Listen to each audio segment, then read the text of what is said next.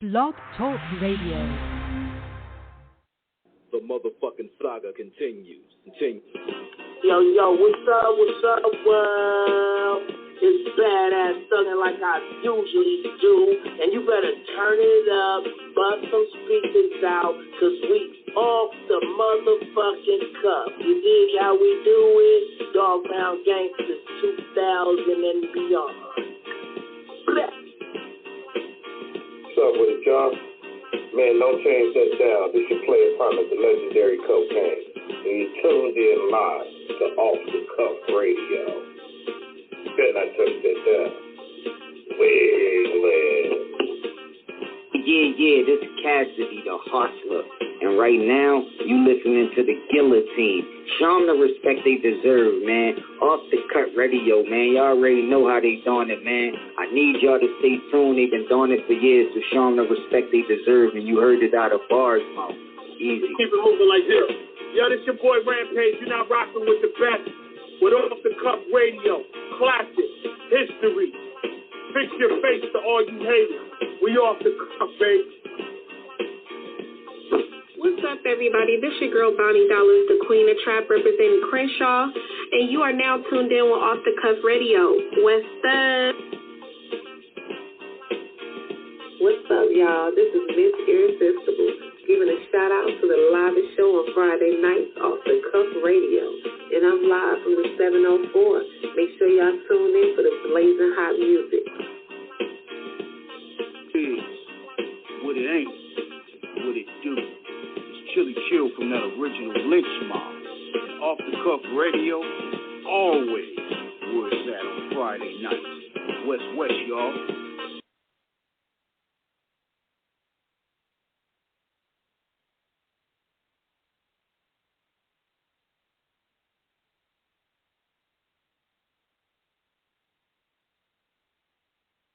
Nobody produces any better marijuana than we do right here.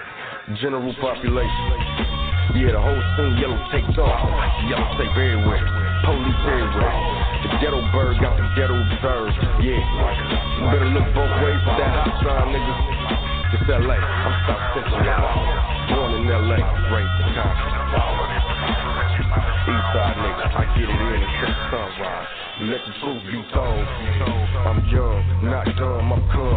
So far, my car don't run, it's hard. Where I'm from, guns go off daily. It's fucked up in the slums, everybody gone crazy. God, can you show me a sign? I'm living blind, I'm trying to play my part, but it's hard, last in line. Some think I'm past my time and I'm loco crazy. Fofo in the photo, you know my Mercedes, nigga. Fuck a mentor, fuck I need him for. If I done made it this for, copy that, 10-4. I feel like I'm 10-4, I ain't even 6'4". I'm in the neighborhood every morning. Big boy.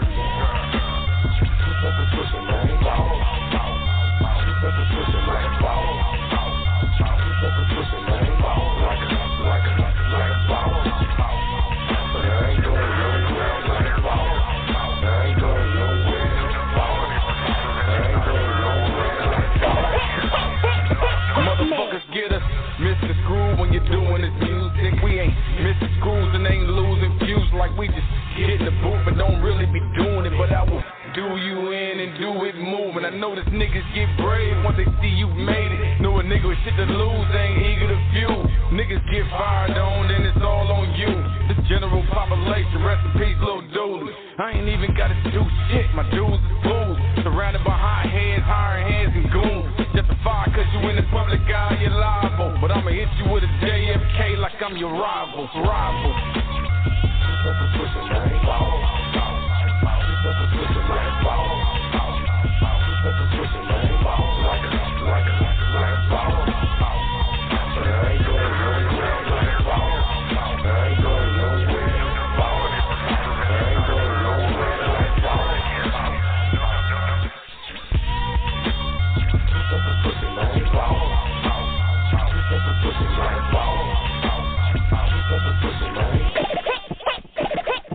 If I put this paper down, still got my hustle, man, got it off the ground.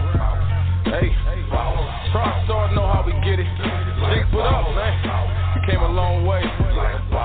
Now it's ours. Yeah, ghetto made us who we are.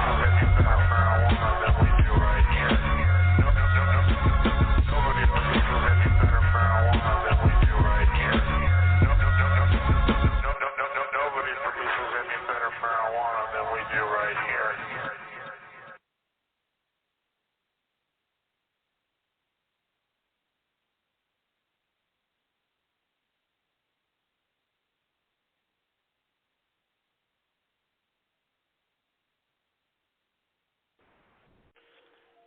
Yeah. Episode 445 underway. Monday Night Raw exclusive off the cuff radio. I'm your host, King Eric, the media assassin. This show is sponsored by Cocaine's Buddy Boy Entertainment, Fleetwood and the Cot Pickers, Cole Financial, Jesse's Boutique, and Da Vinci Clothing. Got my host T-Max with the facts in the building. What it do? Another Monday night of magnificence. OCC up in the building. Shout out to our co-host and spirit of all fame as Agent Sheila. We got a magnanimous, magnificent, monumental show tonight. Ladies and gentlemen, yes, sir, we got one of the West Coast legends on this show tonight. King, tell everybody who it is, man. Man, let me tell you, man, this guy right here, we had to reach out to him because his music and what he contributed played the soundtrack to many of our lives. You know what I'm talking about? I'm talking about the work speaks for itself. He helped Ice Cube pioneer his signature sound, which what made him a legend today. You can hear his work on Amerikkas Most. You can hear his work on Death Certificate, Dub C's debut and the Mad Circle's debut album. Working with Exhibit, Kool G Rap. He also got projects titled General Population that's out. This guy still hasn't stopped the beat, man. So, without further ado, let's bring on DJ Sir Jinx to Off the Cuff Radio, man. What's good, my man? Yeah. What's up? Can y'all hear me? We can hear you. Hello? Oh, okay. We can hear you. What's up with you players? Legend, from the West, from the left, coast.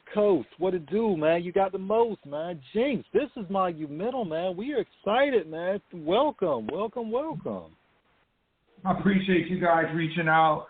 You know, I usually don't, I kind of handpick who I want to talk to. You know, sometimes it's not like I'm privileged or anything. It's just like I don't feel like my story is important enough sometimes. So when I feel like a person thinks the story is important, then I'll reach out and be like, okay, I like if you one of the heads or, you know, you really into hip-hop and stuff like that, and I'm all ears. I'm a B-boy for real. Jinx, I mean, for what you have contributed to the soundtrack of the West Coast and hip-hop in general, I mean, you are up there on the Rushmore of greats.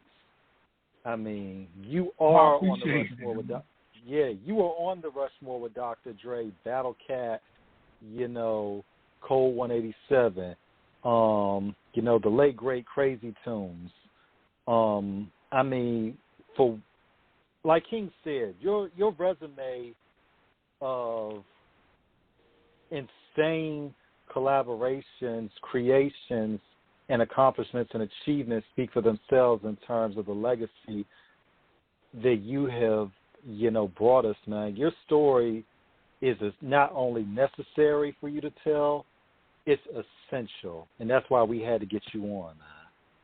Absolutely. I appreciate it, man. You know, when people realize that the small people in the back, you know, big artists don't make themselves, you know, so they need a good team, and I figure most of the time, you know, I like being behind the scene. I like seeing how a project develops into nothing into a trend. You know, that's one of the best feelings out of doing music is when your music becomes the in song to play in the street. Like you don't have to tell nobody to listen to your demo. They playing it for you now. Yeah, man. Yeah, man. Every star rapper, because you know we often compare this game to like the movie game in different senses, where the rappers are the actors and the producers and the beat makers, like you guys, y'all like the engineers and the producers. And the work that you've done, man, you know, you brought out some of Ice Cube's best work, which made him the name that he is today. And before we, go on to this interview, you want to let people know what you got going on recently, like what you've been up to, for those who already don't know? Well, with me being in the music game, I've been in the game for maybe like 35 years, so you got to find your space. You can't always chase the same rabbit, if you understand. And so I moved more to the administration situation. So I've been helping people, manage their companies, set up their distribution, knowing how to retrieve it, knowing how to set up your Instagrams and your Facebooks and stuff, because there's a lot of artists that is not really previewed to the information on how the internet can work for them. So, I got a bunch of cats that I deal with.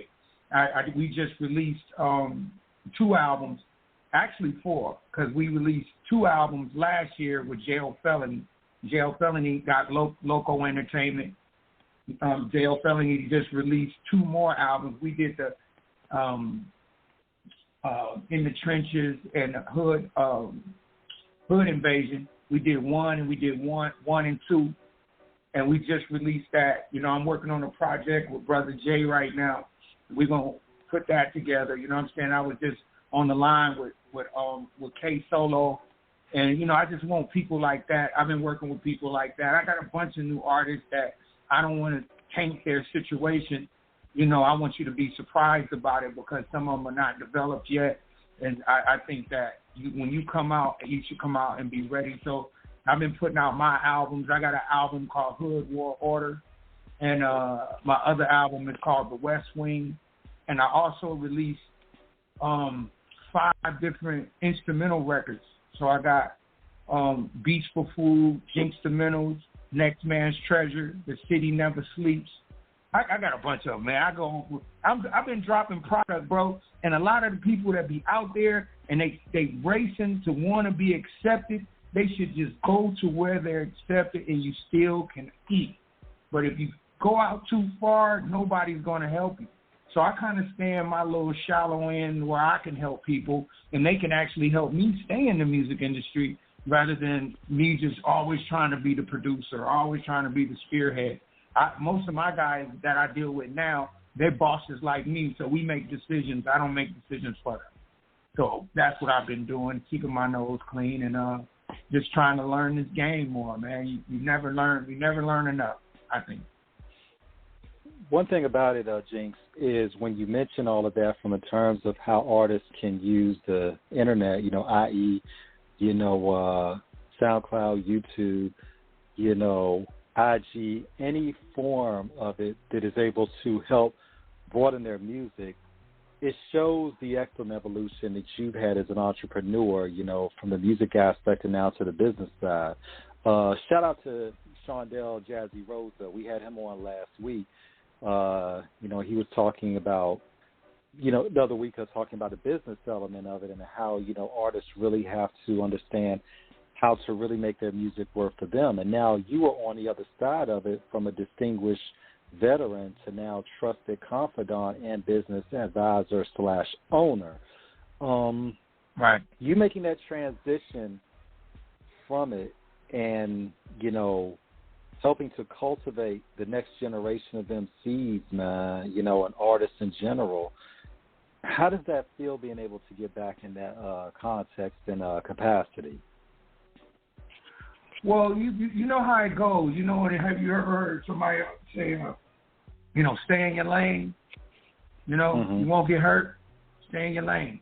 So when I'm working with the guys that I'm working with, whether it be, Gangster from the Conrads, whether it be Deadly Threat, whether it be, just Cam, all my guys, I kind of stay in that world because if a younger artist want me to produce them, then they're going to do what I say. Now, if a younger artist got something already going, then I can help them produce that. But I usually try to help the guys in my lane because there is an open parking lot, I can say. Now, if you guys think of it, put it in your brain, it's like a drive-in theater that I know for a fact that's condemned. The weeds is everywhere. Trash is everywhere. But I know for a fact that drive-in is going to turn into hip-hop contemporary. And that's music that's based on age-appropriate music for people our age, my age. Hip-hop has age groups. So you just can't go shooting at the kids assuming that they're going to like it because they don't understand. That's just like us when we was kids. I mean, we did like the Delphonics and the stuff like that, but we didn't understand the lyrics until we got older. We didn't know what the fuck they were saying. I didn't. You know, so now it's the same thing with us now. In different categories of music, different genres, you go back to the country people, country music, they have an older category. They got a Willie Nelson. They got Willie Nelson and Garth Brooks. They have an older selection of music. So that's what I want to do. And build, take a drive-in theater. This is all mental. It's not really, I'm saying go get a drive-in. I just see that there's an open genre that doesn't even exist right now. But if rappers that I've been talking about move into another category, then we can protect what is coming out of these rappers' mouths. Then we can protect who we protect when the person goes to the hospital and needs some help.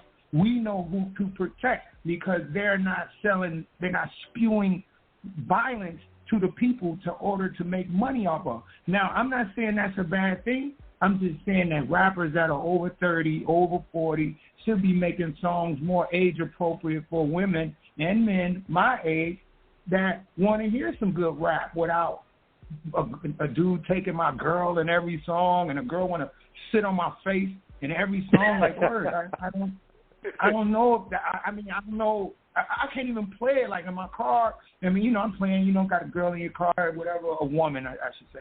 And then you can't even go through the selections of the new music because it sounds so fucking disrespectful. If the girl with you in the car starts singing it, you're going to look at her different. And one thing about it, Jinx, is when you look at it from the era, King and myself, we're older in a generation, so it's like we came up at a time where, it was that variety, whether you wanted it raw or whether you wanted it tender, whether you wanted it, commercial or whether you wanted it on the convict, side of it. But it was hip hop that was all over, that was a wide palette. Like you were like at the beginning of what you were talking about in terms of DJs, how they put out music. A lot of diversity. That was diversity. Exactly. What you're saying. A lot of diversity. Exactly. When we look at how it's marketed now, when we were growing up, the radio stations, before Clear Channel, before iHeart, before all these corporations came in, you had independently owned stations, like on y'all side of the West. Shout out K-Day. Greg. It was where my guy. DJs back in the day had the freedom to bring in music that was new, it was fresh, it was something that if it was dope, okay, let the people be the judge of it and see if it's hot or not, rather than let these corporations force feed it down our throat on some shit that wasn't good to begin with. But it became popular not because it was great, but it was because it was just in constant rotation where you were forced to listen to nothing to it. When you look at it from your time, in terms of how music was marketed then, how do you see it now in terms of what has changed and how it's being promoted? Well, one of the things that really changed hip-hop is the thirst to want to be different. That changed everything, And a long time ago, I would rather be whack and consistent rather than dope once. You know what I'm saying? Does that make sense?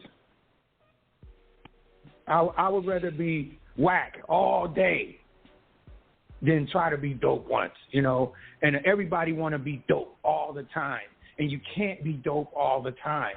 You have to your stuff has to fluctuate. I mean, it's like watching TV. If you're watching a TV show, and then the lady's kid is missing, and then it goes to the commercial and a rock song come on. You know what I'm saying? It's like There's no transition. The transition's got to be better. Everybody is doing the same thing.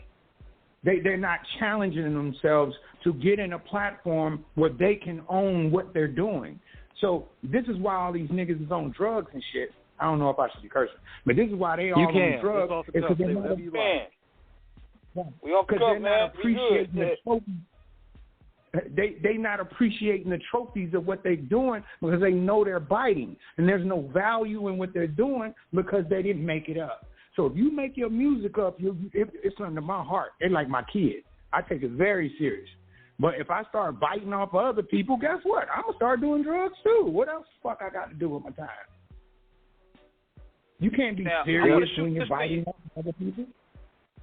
Now, I want to shoot this to you too, Jinx. I got a question shot to me from Pegas Jackson from the College. He wants to know, did sampling laws play a key impact in producing today? I don't understand. Say it again. Yes, like, you know, when they passed the sample laws in the early 2000s, like, did that play a role in hurting people's creativity? Nah, not at all. What that did was make the music industry take apart what we were creating. So it's like Cream Abdul-Jabbar. Now y'all can't jump. You know what I'm saying? We selling millions of records. They don't want that because they was robbing them artists anyway. So when you do a sample, you might open a can of worms on some real bullshit.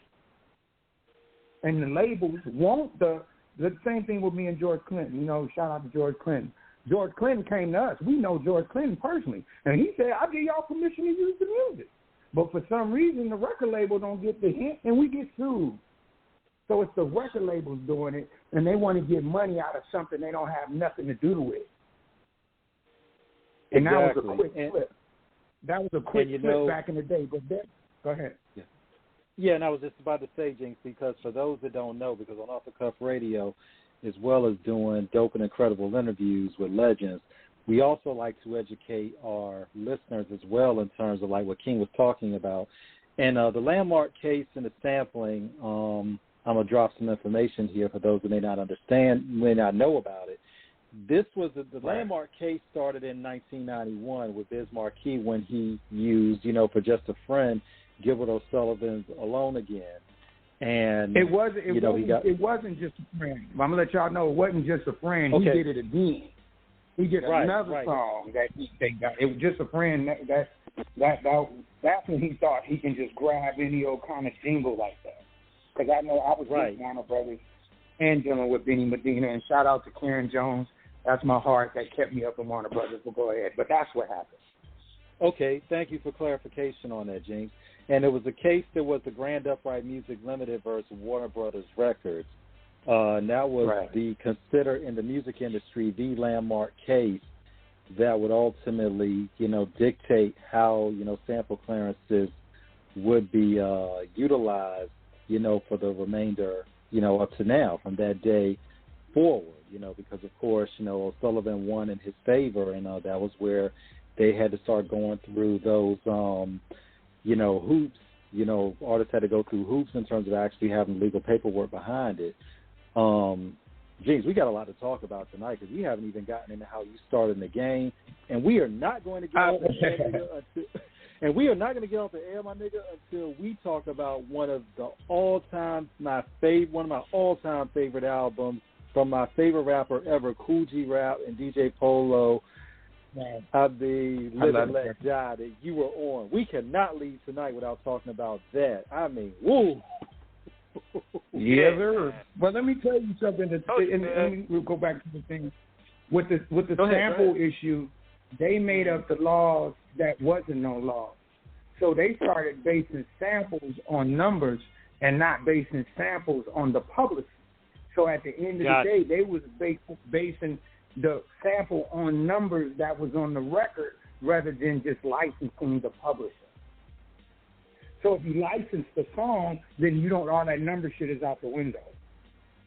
Right. They didn't tell us that.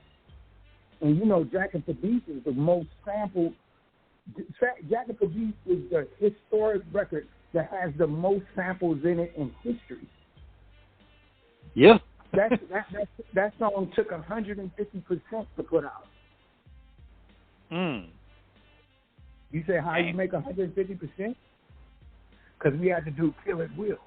And Kill It Will, we put Gotta Say What's Up. We did something, a couple of remixes, but we gave the publishing to Jack and Beats because there was no way Jack and Beats could be on the album and then take away from another producer's beat. You know, so it had to be. That's why I was the only producer on Kill It Will, because I can give up the publishing on my songs for another one of my songs to go. You know what I'm saying? Yeah. I mean, so tell us in terms of before all of this, Jinx, I mean, tell us how you started in the game, man, because, I mean, your history in this is long and it's, I mean, your career, yes. I mean, your career rivals just about anybody in the business. Those who really know hip-hop know how important you are. Tell us how this all started.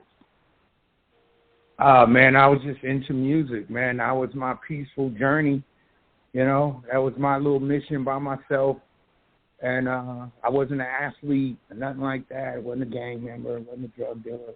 So that was my drug. That was what I fought for. It's for the b-boyism and graffiti and music and, you know, dancing and fashion. I was just into all that. And all of it played a part eventually. So I took time out to be a graffiti artist. I took time out to be a breakdancer. I took time out to be, you know what I'm saying, a fashion designer. I took time out to be a rapper. So at this point, I started learning how to put this in a place to make it work. Rather than just working with a rapper and he has no direction, we would have to figure out the direction and figure out all the stuff. So I was just into music like that. And, you know, I didn't really care about the fame. I didn't know nothing about that. I just thought I was better at doing music in my area than niggas was better at playing football or doing anything. I just wanted to be better at something. That's dope, man. And, I mean, when you started, I mean, and, of course, Jazzy, like I said earlier on, because I just hit my man Jazzy, you know, Magic Eastsider from Jazzy Management, who was Granny on one of the Dub C albums. He said, "What's up, man?" Yeah, I put him on it. I put him. I paid him. You know, I was the one that put him on it. Yeah, Jazzy is my guy. And Jazzy always would bring me like, man, Jinx the first person that paid me to do it. He's the first producer to do this, man. Gotta put you on. We gotta put you on for that. Like the same way Soulja Boy, the first rapper to do this, you the first producer to do X, Y, and Z. So we gotta put that a disclaimer. Right. But it was so funny, man, with having an imagination and stuff can just come out the blue and be readily ready. Jazzy D was always dope, and then you know, and he wasn't a person that wanted to be popular. You know, so he didn't make a lot of issues and stuff. He was like, man, I'm just glad you got me on the album. And then he'll tell you, if you talk, I don't know if he said it, but he used to say it all the time. And he'd say that he was just finna leave. And I turned around and wrote him a check, and he couldn't believe it. He was like, man, I thought this was an insert, you know, or whatever. You know, he thought it was not important. And I paid everybody. Anybody I work with, I paid. I learned that from Dr. Dre, and I didn't mean to rhyme. And you know what? And on top of that, though, man, like when you get started, man, you just got started on your craftsmanship. Like, what were some of the albums that you studied to finally find your sound? Oh, all of them, man. The crazy part, I don't like, you know, I don't like going way back. I think it's kind of boring sometimes. But the blessed part about my life is my mother. People didn't heard this already, but y'all fan base and the people that's listening. It was like a beautiful storm. My mother used to work at a company called Burco back in the day, and Burco was a manufacturing for merchandise, a company. So when you go in the when you go in warehouse or tower, and you see the print stand-ups and cardboard, you see the box sets, you see anything that doesn't look like it came from the record company and look like they're promoting it. My mother worked at a company, did that over in Silver Lake. So when she would work, they would work with, this is when I'm like 12, 13, and she would bring the records home. So when she would bring the records home, whoever they was working with, the artists, because that's how I started learning like RCA, Capitol Records, Columbia. I knew all these as a child because I used to just read the labels and read them, just see what was going on. And a lot of it was world music. So I was dealing with all kind of stuff from not Marilyn Manson, but from what was it? What you call it? Everybody thought it was crazy. I never heard it. Well, it don't matter. But anyway, I was just open to a whole bunch of music. So I just started liking how the music would change and come together.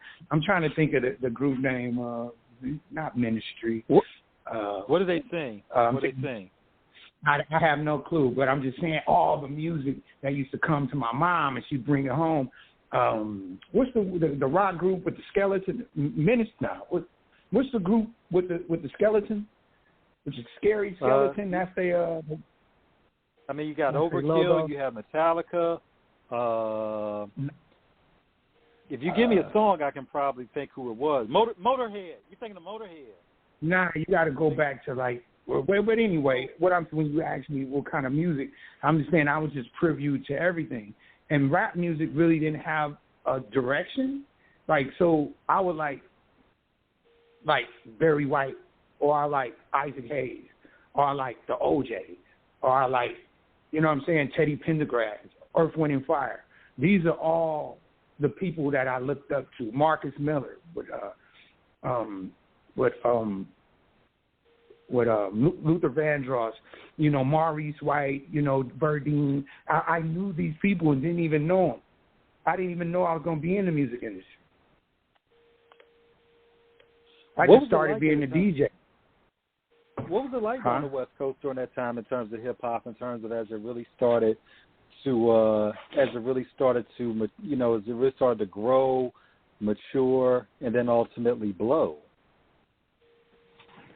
Well, it went through a few changes at first for the West Coast. At first, it was a little bit faster. It was faster than Egyptian Lover and Dream Team, and, you know, those kind of groups was out at that time. It was hip-hop was different then. And then it changed again. And then it started, you know, I Don't Want to Be Lovers. It slowed down. And then the NWA came, and it changed again. So when the Gangster Part came, that's when we released anything of caring about getting a record deal anymore. We didn't care about that no more. Eric had bread. When you got a home where you got some bread, man, you feel different. Oh, yeah. You talk different. Eric was one of the first people, I swear to God. Now, a whole bunch of New York rappers, they could probably get mad. But I wasn't there, what they talking about. I was there when Eric was there. And I always said, Eric took us to the Sheraton's, the 5-star hotel. And we talking about 89, 88, 87. So Eric always had money. So when he started putting out records, it was nothing. Right. Then you can say whatever you want. Go ahead. No, I said, then you can say whatever you want. Like, wouldn't that be the dopest thing alive if motherfucking Eazy-E was your fucking principal of your high school? Man, look. What did Alice Cooper have in that song? School's out forever. You know, but you get in that lesson. I mean, but Jinx, when you look at it back in the day, you know, you look at Ice-T when he dropped, you know, Rhyme Pays, you know, back in 86. You know, a couple of years later, you have Straight Outta Compton that drops that really kicks the door open for all of y'all on the West. And like you said, for those that really don't understand the history in terms of it, Eazy was the brain behind NWA. But like you said, when you're taking about the 88, 89, 90, You're talking about y'all was like living it up on the hog, more, straight hogging on it. And this is during the time, to have that kind of money even then was substantial. A lot of that stuff these rappers, talk about in their songs and videos today. I'm like, y'all were actually living it back then, when rap still really had it quite, broken through on that scale of popularity that it is today. I'm gonna be real. I'm gonna be real with y'all because I always like being real. It wasn't the same. It wasn't the same at all, because wherever there was a loophole back in the day, that's where your money went. But these young today, they getting their money. You can't trick the internet. Right. You can't trick it. Now you can trick. Oh, well, let me get your contract, and we get the film. No, we don't keep track of that, and we can get it from storage, and we can look over your contract later. Yeah, the nigga, you signed that you gave your kids away. You know what I'm saying? Like, who? I know how to Photoshop contracts. Who makes you think the other motherfucker don't know how to do that? You feel me? But at the end of the day, the internet don't lie. It can't. You can't lie on the numbers on the internet. The internet never stops. So these youngins now, they getting money around the clock. Right, that never stops. So they getting way more money than we were getting. Way more money. When did you know during that time? Comma different money, not just numbers. I'm talking comma different today, which is good. But I always say that at the end of the day, maybe you guys might like this little situation that I said, and I said it a couple of days ago, and it's positive. And I said that if guys want to always, everybody's talking about doing a union or doing something for rappers that are not so well off anymore, and they looking all crafty and stuff. And I'm saying, well, why wouldn't a genre help a genre?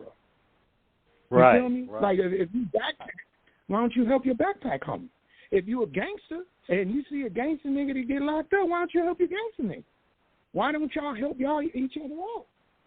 Just because a nigga's a gangster in New York don't mean he's the opposing op from in L.A. But if you like, Benny the Butcher, something happened to him, you should send him a gift because you like that gangster shit. Yeah. I think that's what should happen.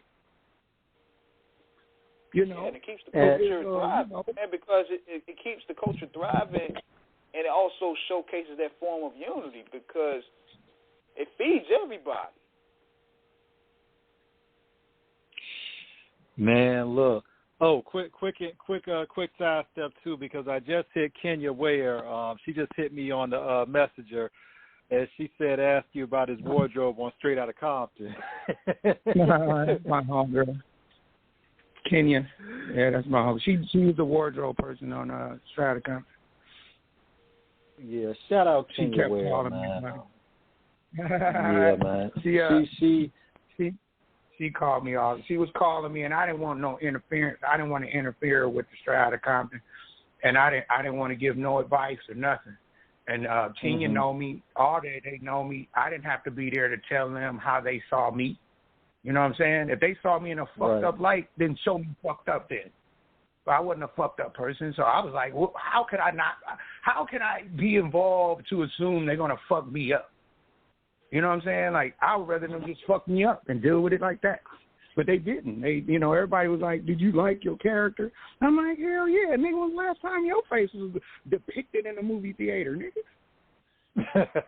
I'm going to be immortal in life forever. Nigga, I don't care if I was juggling goddamn balloons. Yeah, man. As long as the credit is up there. Yeah, man. Man, there's a million people that was on the cutting edge floor of that movie, Trust and Believe. They cut a whole bunch of people out of that movie. Now, you know what I'm thinking? I'm thinking, now check this out, guys. Now, check this out. Now, Sylvester Stallone, he did a director's cut for Rocky IV. And, that's like a whole brand new movie. Now, we may be getting that from Straight Outta Compton and maybe in about another 30 years. I'm just saying. Well, I mean, those are always treats because you have to deal, just like we're dealing with music. If you want to deal with a record label, you're going to have to do 63 minutes, 64 minutes. That's how long a CD is. So when you get a record deal, your records are based on how long those songs are, or that will only ultimately be on a 64-minute CD. So when you deal with movies come with strict timelines. Right. So you would have it will come up, but it come up in a place on the internet where the digital number is infinity. TV is still dealing with numbers, but the internet is infinity. Because the internet, you don't need a CD.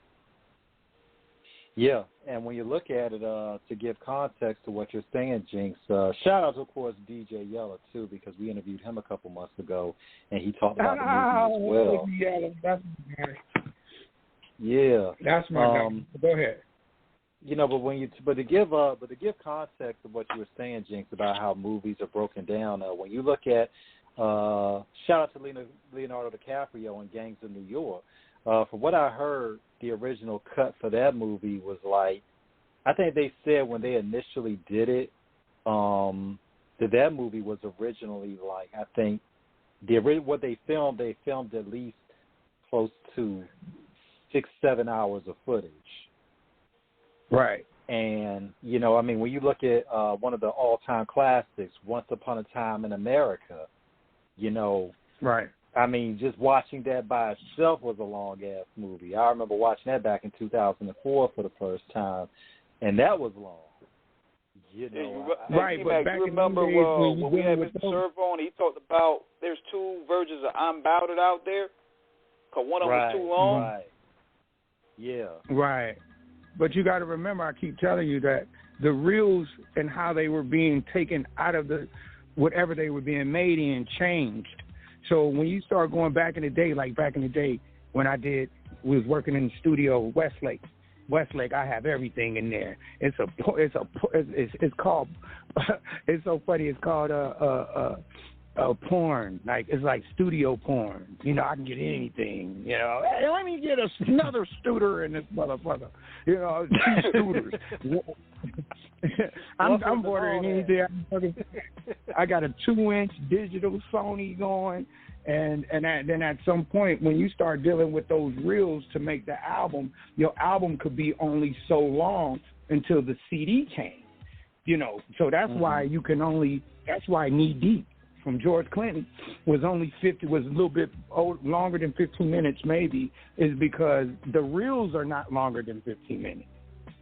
Right. So you can't have a song back in them days that was longer than that because there was no tape machine to play it. Yeah. I mean, it's like... Yeah. It was like with D'Angelo years ago when he did the original Voodoo album, because this is also a mix in terms of what was recorded and then how the business works. Because the original Voodoo album D'Angelo had back in this is going back to '97, because Voodoo would have come out until 2000, but he recorded over 70 hours of music for Voodoo, for the original Voodoo album, and then EMI folded in the United States. So he lost the album because they owned it. So he had to basically redo the album that would eventually come out in 2000. God, I wish I could hear that whole original record. Oh, my goodness. No, let me tell you. Hey, forget about that. What you want to do is hear the original version of Live and Let Die before they changed it. Oh, God. Tell us the story. Before they changed the Fuji rap album. Tell us that story, my brother. Tell us the story. Well, you know, you guys already set it off with the Biz Markie. So you know that the Biz Markie situation was Cold Chillin'. That's Fly Tie. That's Cold Chillin'. Sir. So now Cold Chillin' is under the light. They under the hot light. So now we got Biz Markie doing that. And then now we got Ice-T with the cop killer shit. So now they going on to G-Rap crazy. So they going on G-Rap crazy, like, what sound is that? That sound like, so they had a staff meeting where they put people in a room and see if they can figure out samples we didn't get cleared. So they went through the whole album on their own. It's like, oh, this sound right here, 2 minutes in, sounds like this song. The song is not being cleared. You got to take it off. So we like, God damn. So they went hard on us. And then they took a year to put Live and Let Die out. But I got Live and Let Die album right now.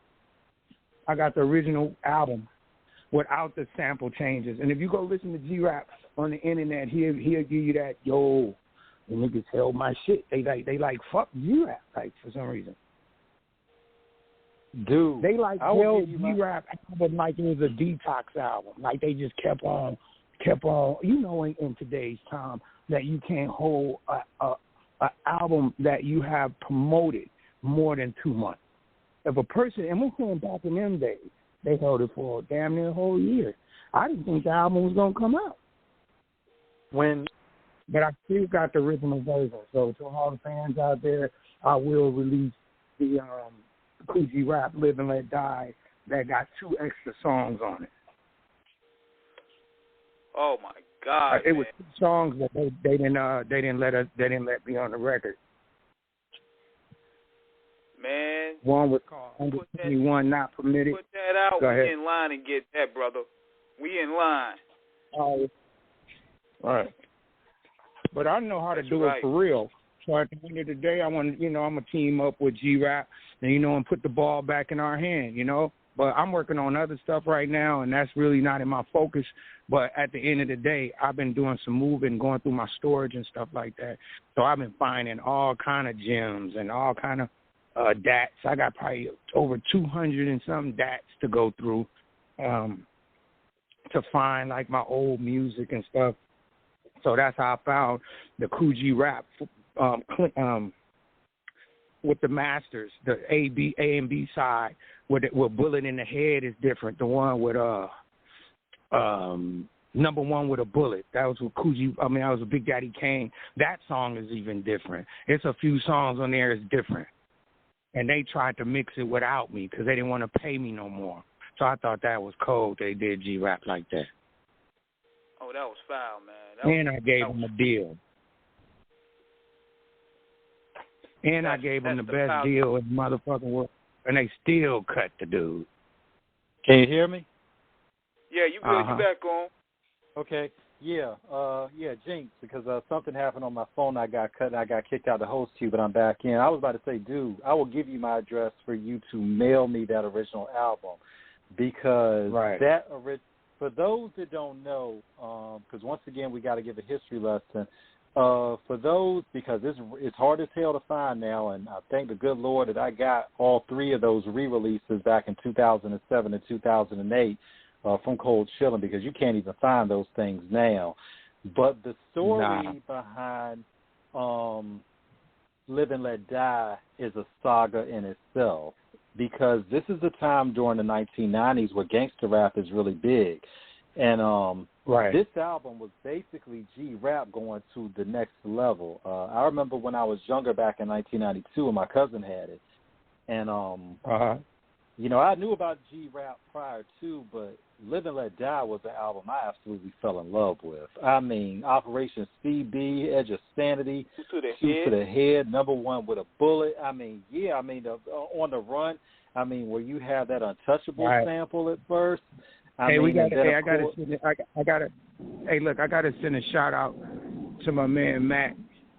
That song, that Run, he just passed away. So shout out to my man. That song on Coogee Rap record.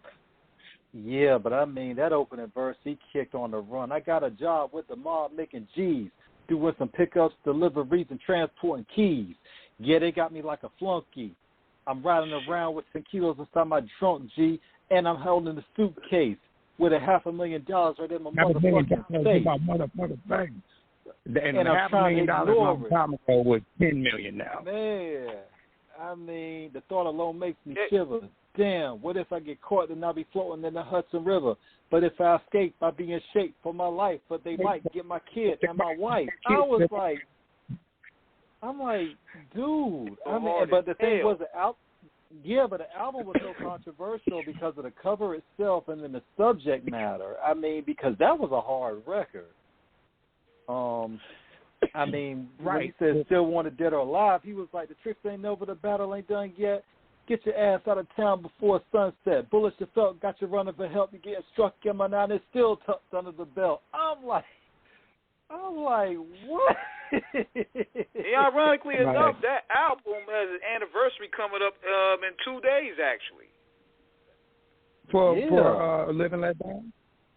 Yeah. What we need to do, what we need to do, if we got any listeners out there, somebody go and find who is putting this record out, because it's not Warner Brothers, and they not picking up the phone.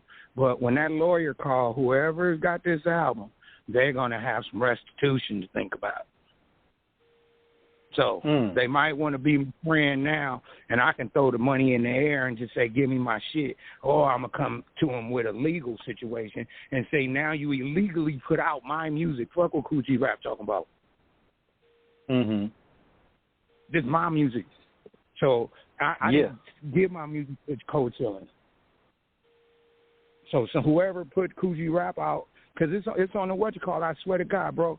I tried to put Kool Rap, like some unreleased and on the run, a couple of, not on the runs, but Home Sweet Home. I tried to put one of them on my SoundCloud, and it got flagged, my nigga. Oh, wow. It got flagged. And you the one that made it. I mean. Right. So I don't trip on that, because we don't trip on small shit. Giants don't trip over small shit. So we just let it be there and let them be comfortable, and then warn them. Like, hey, next week we're coming. So if you want to just figure it out and you listen to somebody say, hey, bro, they on you, because they was talking about it on the, on a radio show. We don't want no smoke, because you're doing something illegal. And just because we don't have the money to chase you down or whatever, the internet going to chase you down. And all I'm saying is don't selling on the internet. Don't sell that album on the internet. What did you all learn back in the day and even today, Jinx, about how the business is in reference to making sure that it's, that you keep it, that it's kept respectful and right, as we say, keeping it Jewish. What were the deals like for artists back then as opposed to what it is now? Well, the deals back in the day, for the cats that's listening, they were very cutthroat. They were so cutthroat, they were damn near illegal. On the way that they were doing it. So back, when you're dealing with music and you deal with a point system, they have a point system. How many points you get off your album is how much your record is going to actually sell in the stores. So if you Babyface or Donna Ross, you probably 15 points, because that album going to probably be $30 or $50 to push it, So the people back in the day, they would take half, just say you 9-point deal, they'd break it in half. So now that's 4.5. I mean, we both know this. So now that 4.5, if you break it down, you got to take 3 of that 5 and split it with the producers.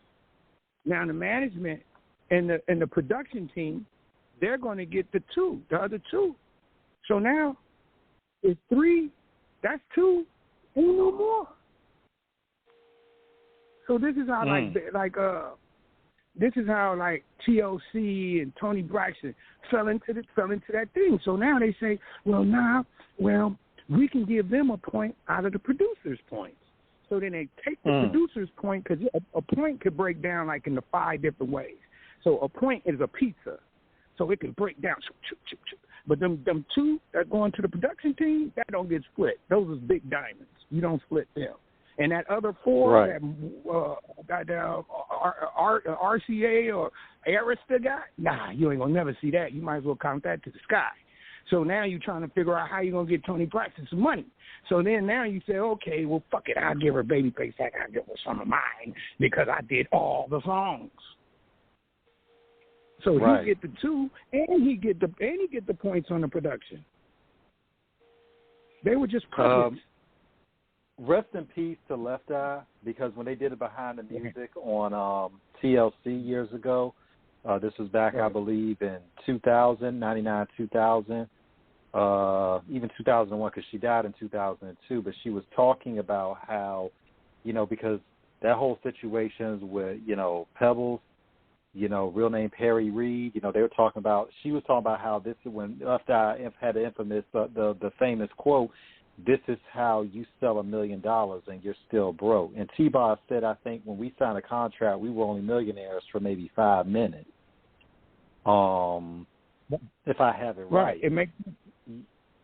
Yeah. It all makes sense. It depends on what side of the tracks you want to be on. Now, you want to feel sorry for the artist, or put it like this: you want to feel sorry for the gambler, or feel sorry for the casino? Who you rolling with? Casino. Right. They don't care about that. The casino don't have no eyes. They don't care. You're just a number. And you owe them the money on product that you're making for them. It's amazing. Like I said, some of the shit should be a bit for them. You heard me? Look, you Jinx, heard what I said? Look, Jinx. You got to pay the money back. Yeah. Right. What did they say? What did my man Al Pacino? What did my man Robert De Niro say? Is Ace Rothstein in the opening lines of Casino, y'all? At the end of the day, the role of the casino was to keep them playing, and to keep them coming back. The longer they play, the more they lose. In the end, we get it all. They don't have no feelings. The only people who have feelings is gamblers because they have a passion to win. The people that are casinos don't have no passion to lose. When did you all know back? When did you all know back in the day, Jinx, from when the West Coast really started to really bubble? Because, of course, like I said, Ice-T and NWA really kicked it off. So that opened up the doors for guys like, of course, Compton's Most Wanted, DJ Quick, Cam, of course. We cannot forget when Q went solo and just dropped it like 4 atomic bombs in a row. And then, of course, we can't forget guys like Deadly Threat, Sick in the Head, because I had that album. Oh, my God. For those that don't have Sick in the Head with Let the Dog, oh, God. I mean, Dogs See the Mask. Yes. I mean, when did you all realize that you all, and of course, Dr. Dre with the Chronic, I mean, when did you all realize on the West Coast this was the ushering in of a new guard in terms of an extension of the hip-hop culture taking over? Well, it's kind of funny, and it's no disrespect, but it was from us being naive to the situation at hand. So when hip-hop had kind of started, we thought that New York was making hip-hop music. And we thought that that's what you say on hip-hop music.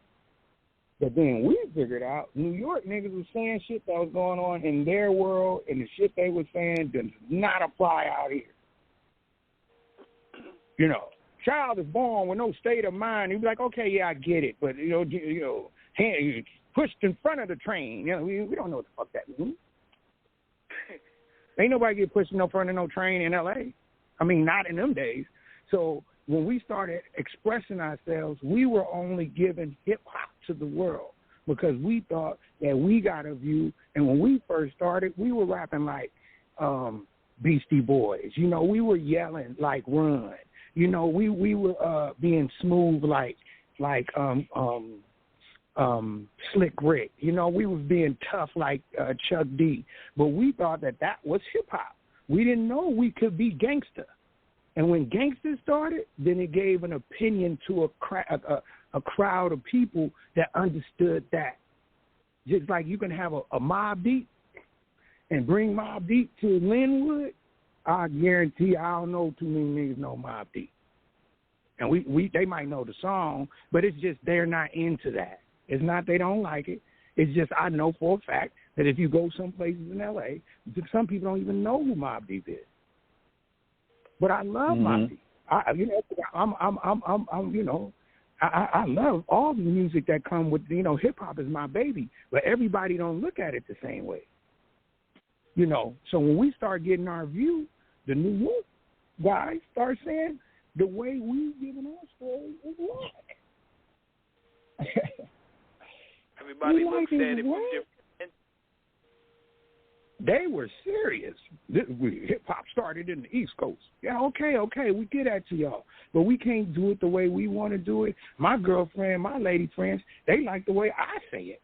I don't know if they like the way the other guys say it. They like Eazy-E. He doesn't have to rap hard. He Too Short. He don't have to do all that. I'll take a Too Short over any lyrical miracle-ass rapper. That he talking what I know. Now, I know if you want to be competitive and battle somebody, maybe that might not be the area Too Short might. But who knows? I will put Too Short up against a battle of any nigga. I bet you he'll win. I bet you. I'm just thinking about it, like Too Short could say something so basic that the whole crowd hear the punchline. You know what I'm saying? But what you was asking me about the difference, back in them days, we just thought that we had a view. And I know that a New York nigga couldn't tell me about Chuck Taylor's, about Cortez, about the shit we were doing. You know what I'm saying? We were doing all the stuff they were doing and trying to be cool. But then when we try to show up, they say we acting goofy. So we started just being our own self and letting them just be normal. And y'all got to accept these khakis and 501s. That's what we wear. We don't wear Lee jeans and sweatsuits and Kangos. We did, but we didn't get no respect for doing that. One thing about it, Jinx, is... I got another question. I got another question shot from this cat going by the name of Tadal. He wants to know, do you have any old tapes from the C.I.A. days? I got all of them. There it is. I got all of them. Every last one. I got the stuff when we was in the stereo crew. I told you I was just moving. So all the stuff that was in my storage, and I had stored stuff away. Now, I told you it was over 100 and something DATs. So if it's 100 and something DATs, it's probably thousands of cassettes with no names on it and no telling what's on them. But at some point, I did separate some cassettes years ago. Stay inside of a wooden box with suede. I think it's like a jury box that I found or something, and I just keep the cassettes in it. And these are like Eazy-E. Like I found the Eazy-E cassette from Audio Achievements '88, and that cassette is, in the same place where the C.I.A. demos and all the stuff that we did back in the day. Even the song that we got signed to we got signed to Epic Records. And our song that we got signed to Epic Records. Larkin Arnold and Michael Jackson put our song in the Bad video. So it was a lot going on for us at 15 years old. Man,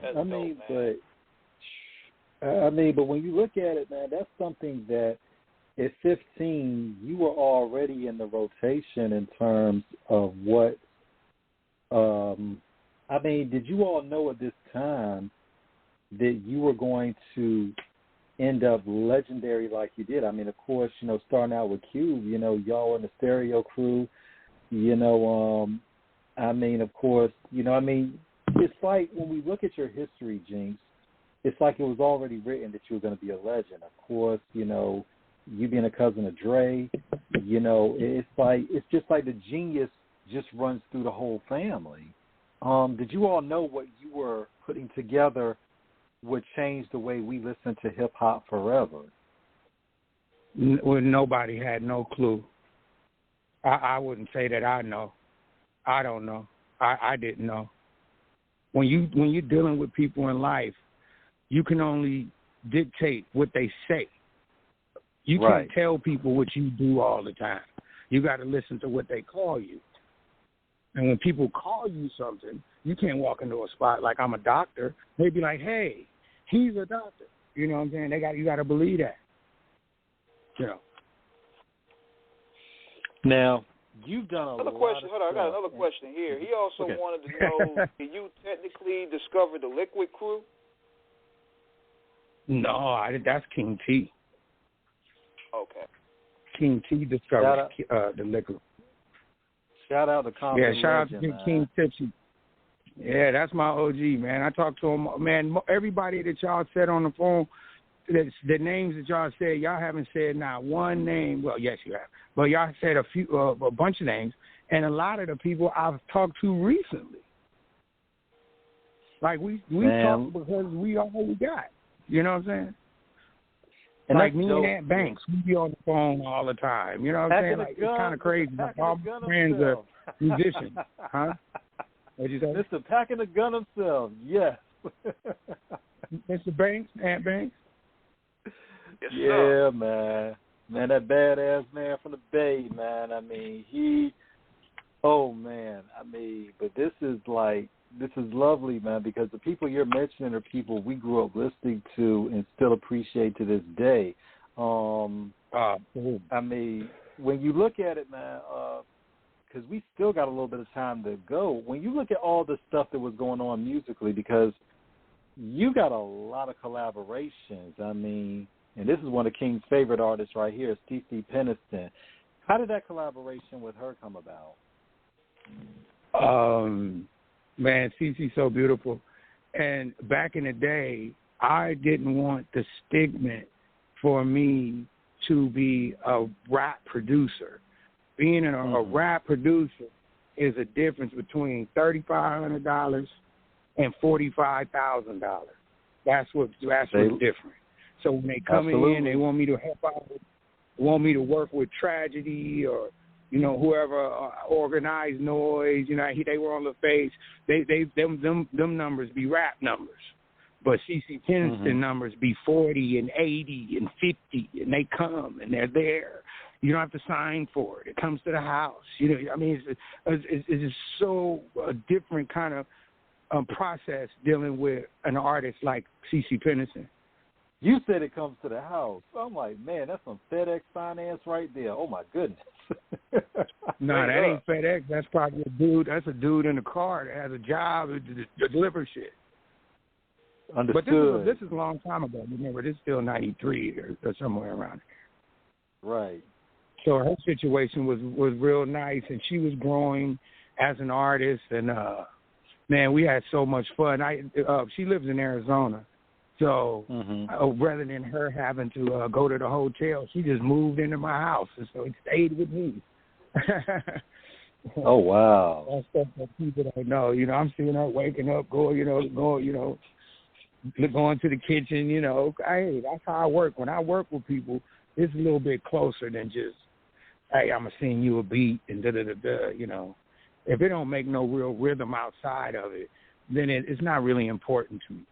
So when I work with C.I.A. Peniston, that started changing my value game. So then I start working with Gerald Levert. Then I start working with Mint Condition, Sounds of Blackness, and doing all kind of stuff with them. So when that aired that time, when I had left the Cube situation, that's what I was doing.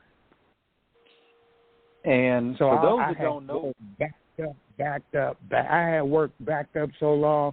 That's why all those albums kept coming out. You put me in the studio. I know the punchline. I know the finish line.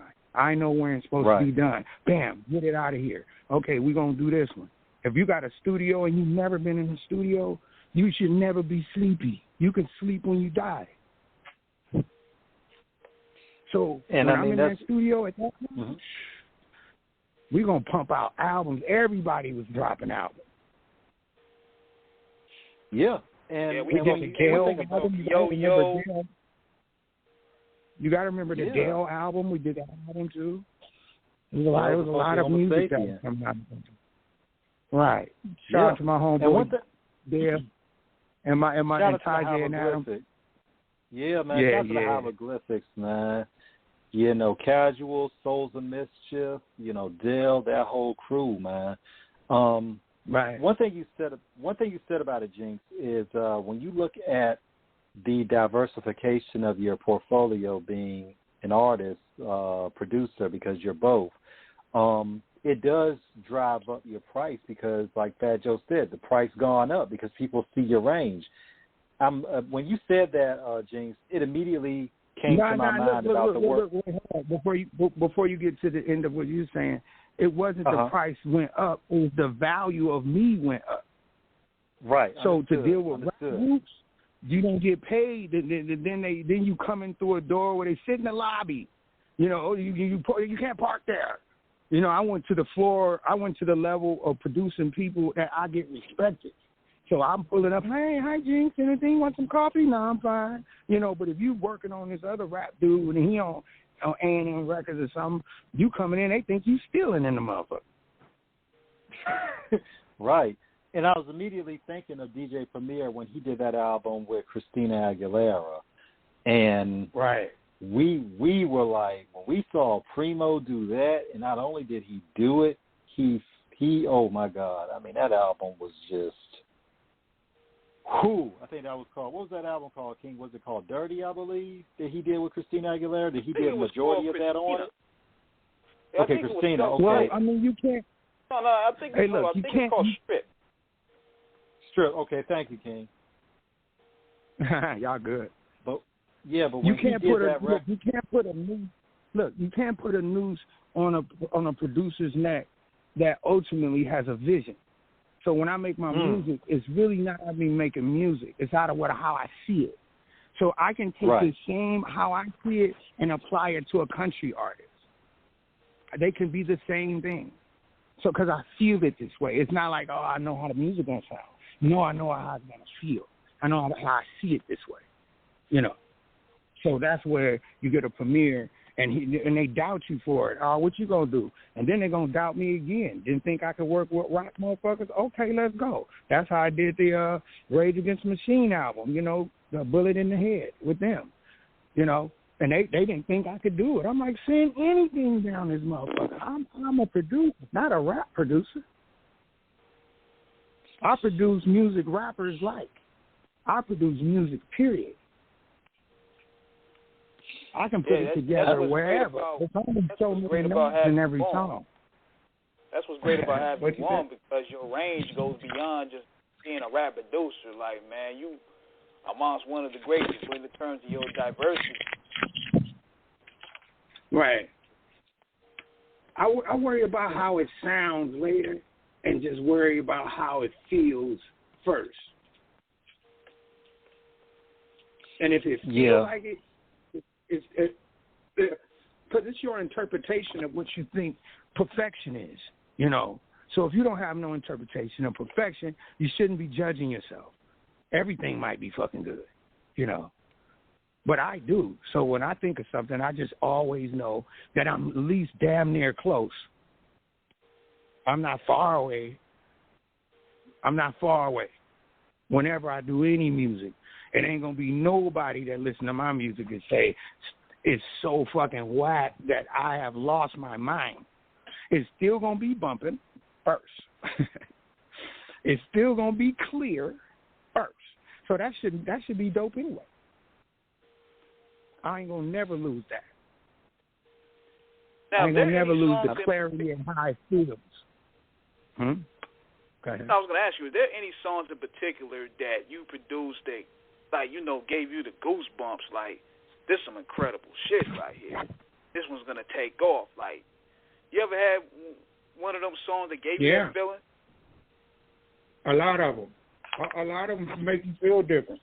You don't never just work on stuff and just be like, I don't think this bitch is going to do it. You know, and then it might be songs that you really didn't work too hard on that got really, really, really famous. Like, you know. But repeat your question again? Yeah, I wanted to know which songs in particular that you produced gave you like that goosebumps, man. You Can't Play on My Yo-Yo. When I did You Can't Play on My Yo-Yo, it was right after coming back from New York and working with Chuck D and Eric Sadler and Hank Shockley and Keith Shockley. And I learned something that Dre didn't teach me. And that's you can change your whole motherfucking song. I didn't know you could do that. When I came back, I changed You Can't Play to My Yo-Yo, Can't Play with My Yo-Yo with the Devotions, because the first version of You Can't Play with My Yo-Yo was a James Brown loop and it was Spank. The song's called Spank. And you can still hear James Brown. Ha! You can still hear him, and you can't play my yo-yo. Mm-hmm. And then I got Eric Sermon. It's so funny. You got Eric Sermon go, hey, yo. So that's all. That was like just how all that worked later. And then it was so funny. So then I ended up, seeing Latifah. And then Latifah was like, what's up with that? Because, Don't Try to Play Me Out is Latifah. Right. Right. Because that's from Method of My Madness, I think. Yeah. So, yeah. So when we did that song, and I changed it to the Devotions, then the homegirl that used to be in my little team, my little crew I had, her name was Carla, and she ain't never been in no studio or nothing, and she came in, play, ooh, she did it, and she landed it. Nobody knew what I was working on because the vocals was basically the same. And then we came and added we added another rap at the end. And when we added that other rap to the end, that made me feel something different. I knew that song was going to be a hit. I like that song a lot. Yeah, when Make Way for the Motherlode dropped, man, in 1990, I mean, that was just, Yo-Yo just came out of just, I'm in middle school at the time. We first hear that, and it just hit like a bomb out here in Virginia. And we were like, yo, who is this girl right here? Man, Yo-Yo is a bundle of goddamn energy. I mean, if they say be careful what you ask for because you just might get it. So Yo-Yo was really the first person that we saw out to be a girl, lynch mob girl. Like, she came before that was even an option.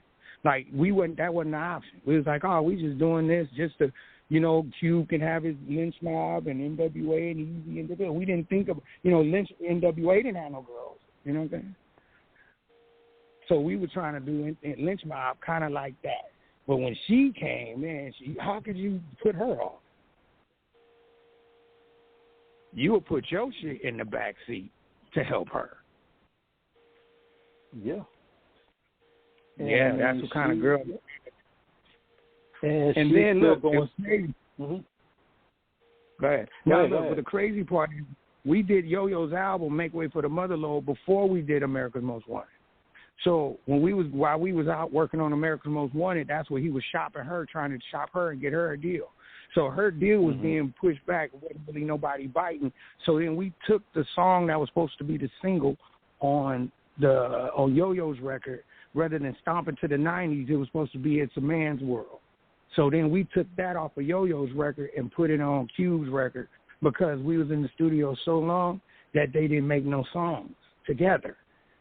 Like, they were all not there at the same time. So we was like, anytime she came to New York, and Cube was gone. And then when Cube come back, he want to hear what she got, and he like, he ain't writing to it. So that didn't happen in New York. So we just said, man, take that. It's a Man's World. So that's how that made it to Cube's record. So that you had to say that Yo-Yo had a record that Cube wanted to put on Amerikkas Most Wanted.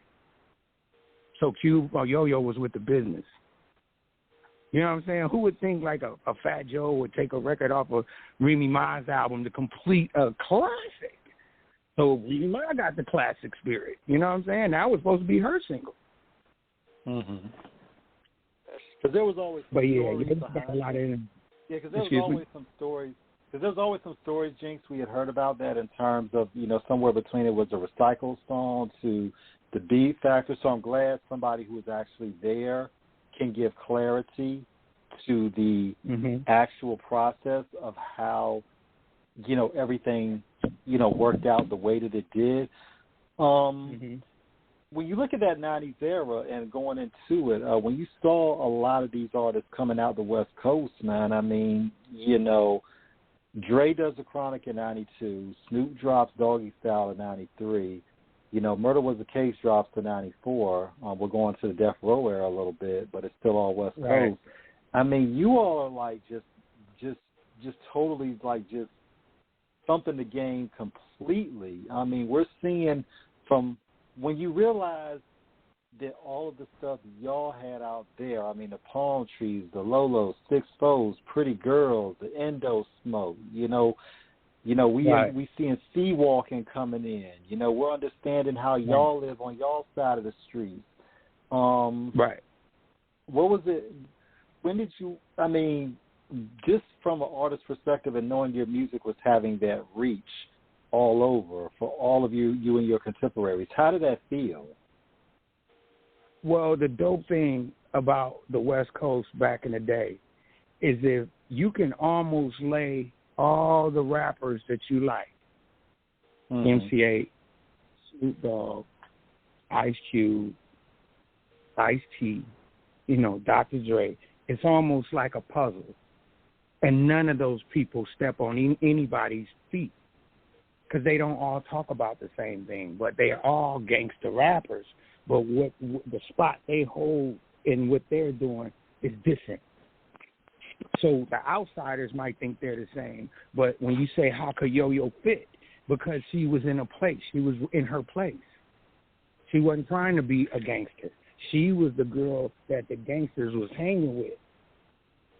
That's how we wanted her to look. So she like, you ain't gonna be hitting me no more, nigga.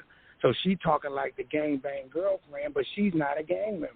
She wants righteousness for black women and equal equality and all the blah, blah, blah, blah. You know what I'm saying? So she's sliding that in. So, of course, she ain't going to be stepping on Snoop Dogg. No, she's not talking about Ice-T. She's not talking about that because Snoop Dogg don't act the way she's talking about the guys in her songs. You know what I'm saying? And what was ill about it, Jinx, is when you saw her Yo-Yo come in the game, and I'd be remiss without even mentioning the Bay Area. Of course, Aunt Banks, E40, Mac, right. The late great Mac Dre, Too Short, all of them were doing their thing. But when I think what Yo-Yo was at that time in the '90s, especially with the message she had, and of course, shout out, her clique, IWDC, Intelligent Black Women Coalition. IBWC. IBWC, yeah, man. I mean, she really, really, really was bringing a really powerful message of empowerment to black women and just women all over, no matter who you were. It was about, Hey, I saw the future. I'm trying to. Look, I saw the future because I'm not into certain kind of things. So for me to put her in a gangster kind of world, but not implement her in anything. She just making music for the women that are around the dudes that are around us. You know what I'm saying? Mm-hmm. So this is how Yo-Yo fit.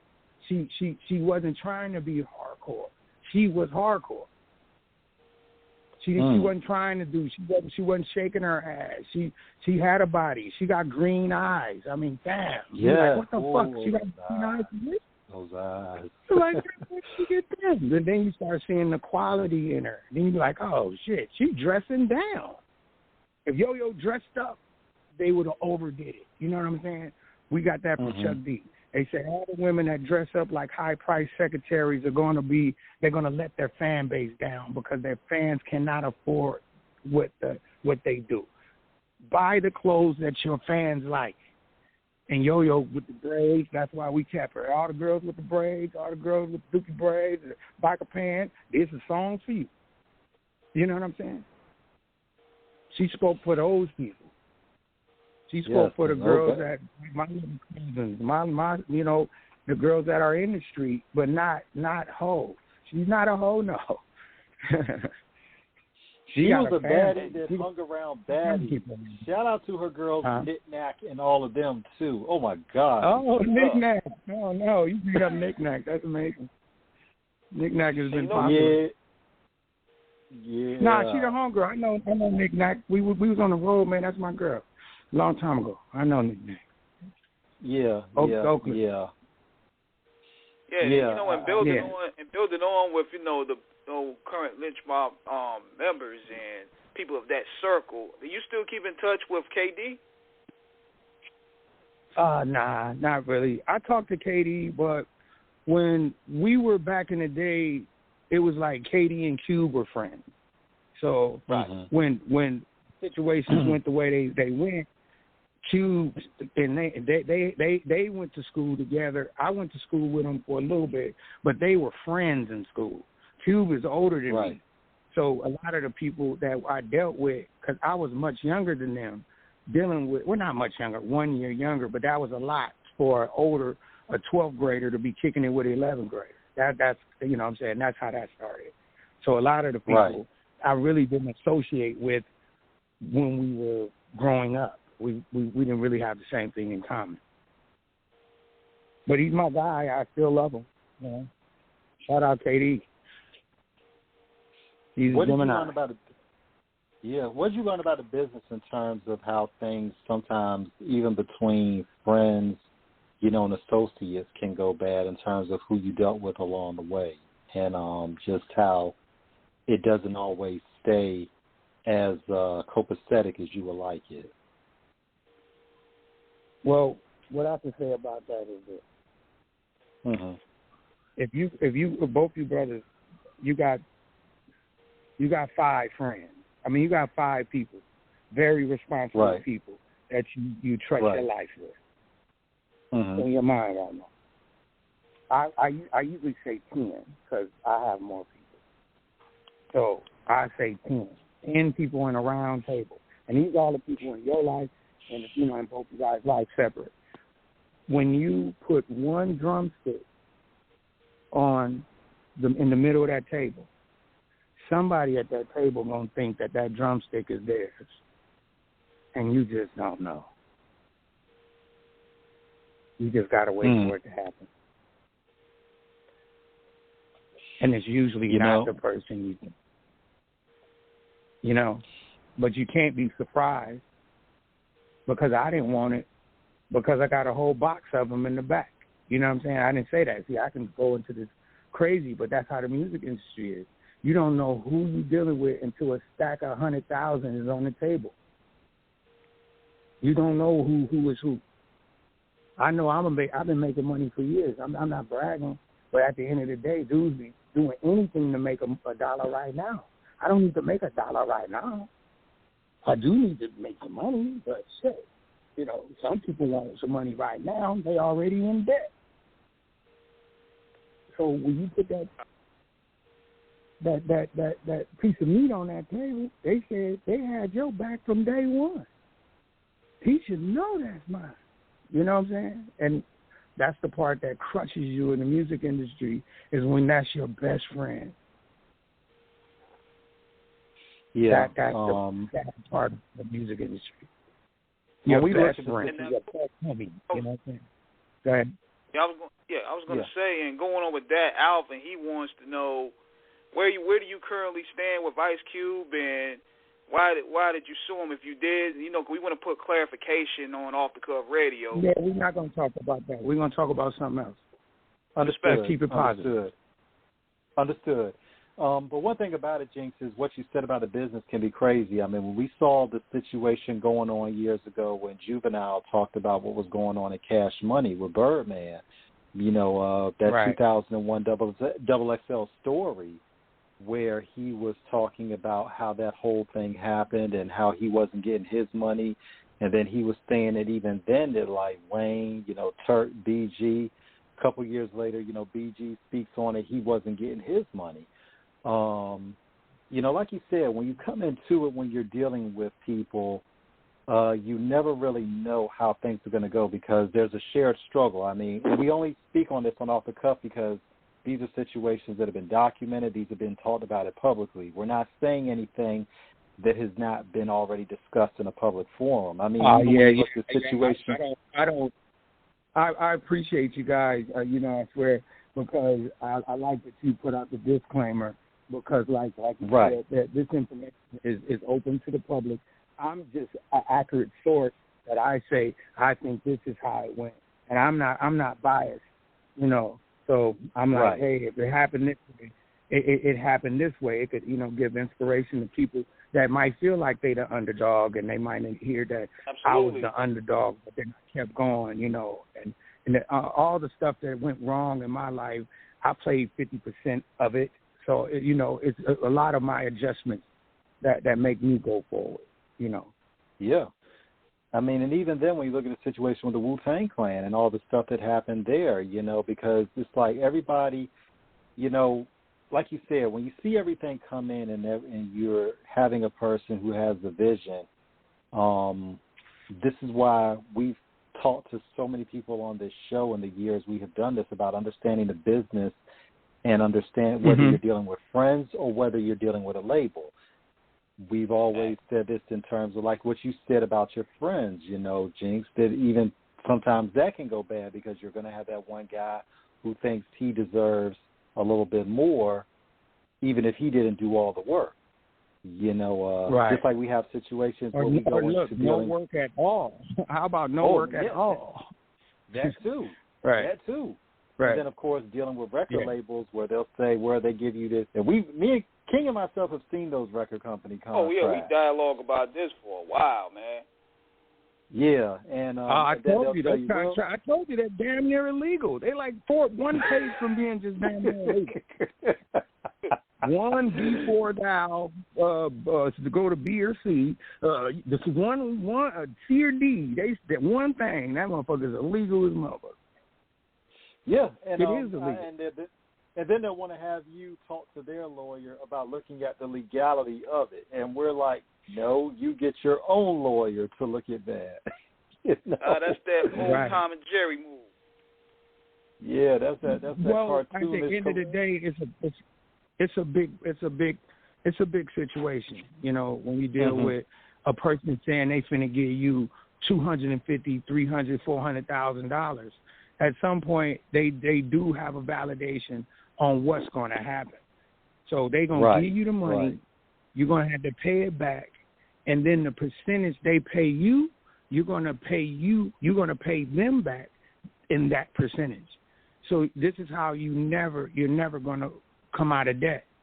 So if you got a record that's $9 and then they split it down, and then you, at the end of the day, like they said, I'm going to break it all the way down to what they say. It's like a dollar or something. Dollar, let's say $1.45 that they actually get off the album when that album sells. $1.45. Now, they already got a record deal, and they did $300,000. They did a promotional tour, and that promotional tour was $100,000. The outfits, that was $75,000. All that stuff, you got to pay the label back in intervals of $1.45. Oh God, no! Oh hell no! Right, you're never going to fill that bucket. But one thing about it, Jinx, is when we think about the history of it too, is this is where because you get. Yeah, because this is how, because we got to give, because you're in the industry, so you saw how a lot of these contracts work with certain artists. Like back in the day, like artists like Mariah, Whitney, Luther, God rest his soul, Whitney, of course, God rest his soul. You would see these artists, I think, and you can clarify the numbers for us because you know how this works. Back in the day, if you were a top-end artist like they were, you were getting maybe $1 or $2 off of every record sale, which was considered back in the day like you were really... We talking 45 cents. 45, 10, 45 cents. Yeah, that's way down there. Right. But go ahead. Right. And this is why over the years I think the DIY of getting it, has been so prevalent where where you saw these labels like E1, Koch, all of them, Land Speed, where artists would go there independently because, and this is how people have to understand what it is now going to those independent labels. And this is something, and, we want to give our, listeners game as well. And please, chime in, correct me if I say anything incorrect or anything. One thing about it is when you have artists now who are going the independent route, you get more money off of what you make. Like if you sign with E1 or Land Speed, you would make $7, $8 a record, but you were responsible for everything else in terms of your promotion and handling the project. However, you get the lion's share. Now, this is something that for artists thinking about doing this,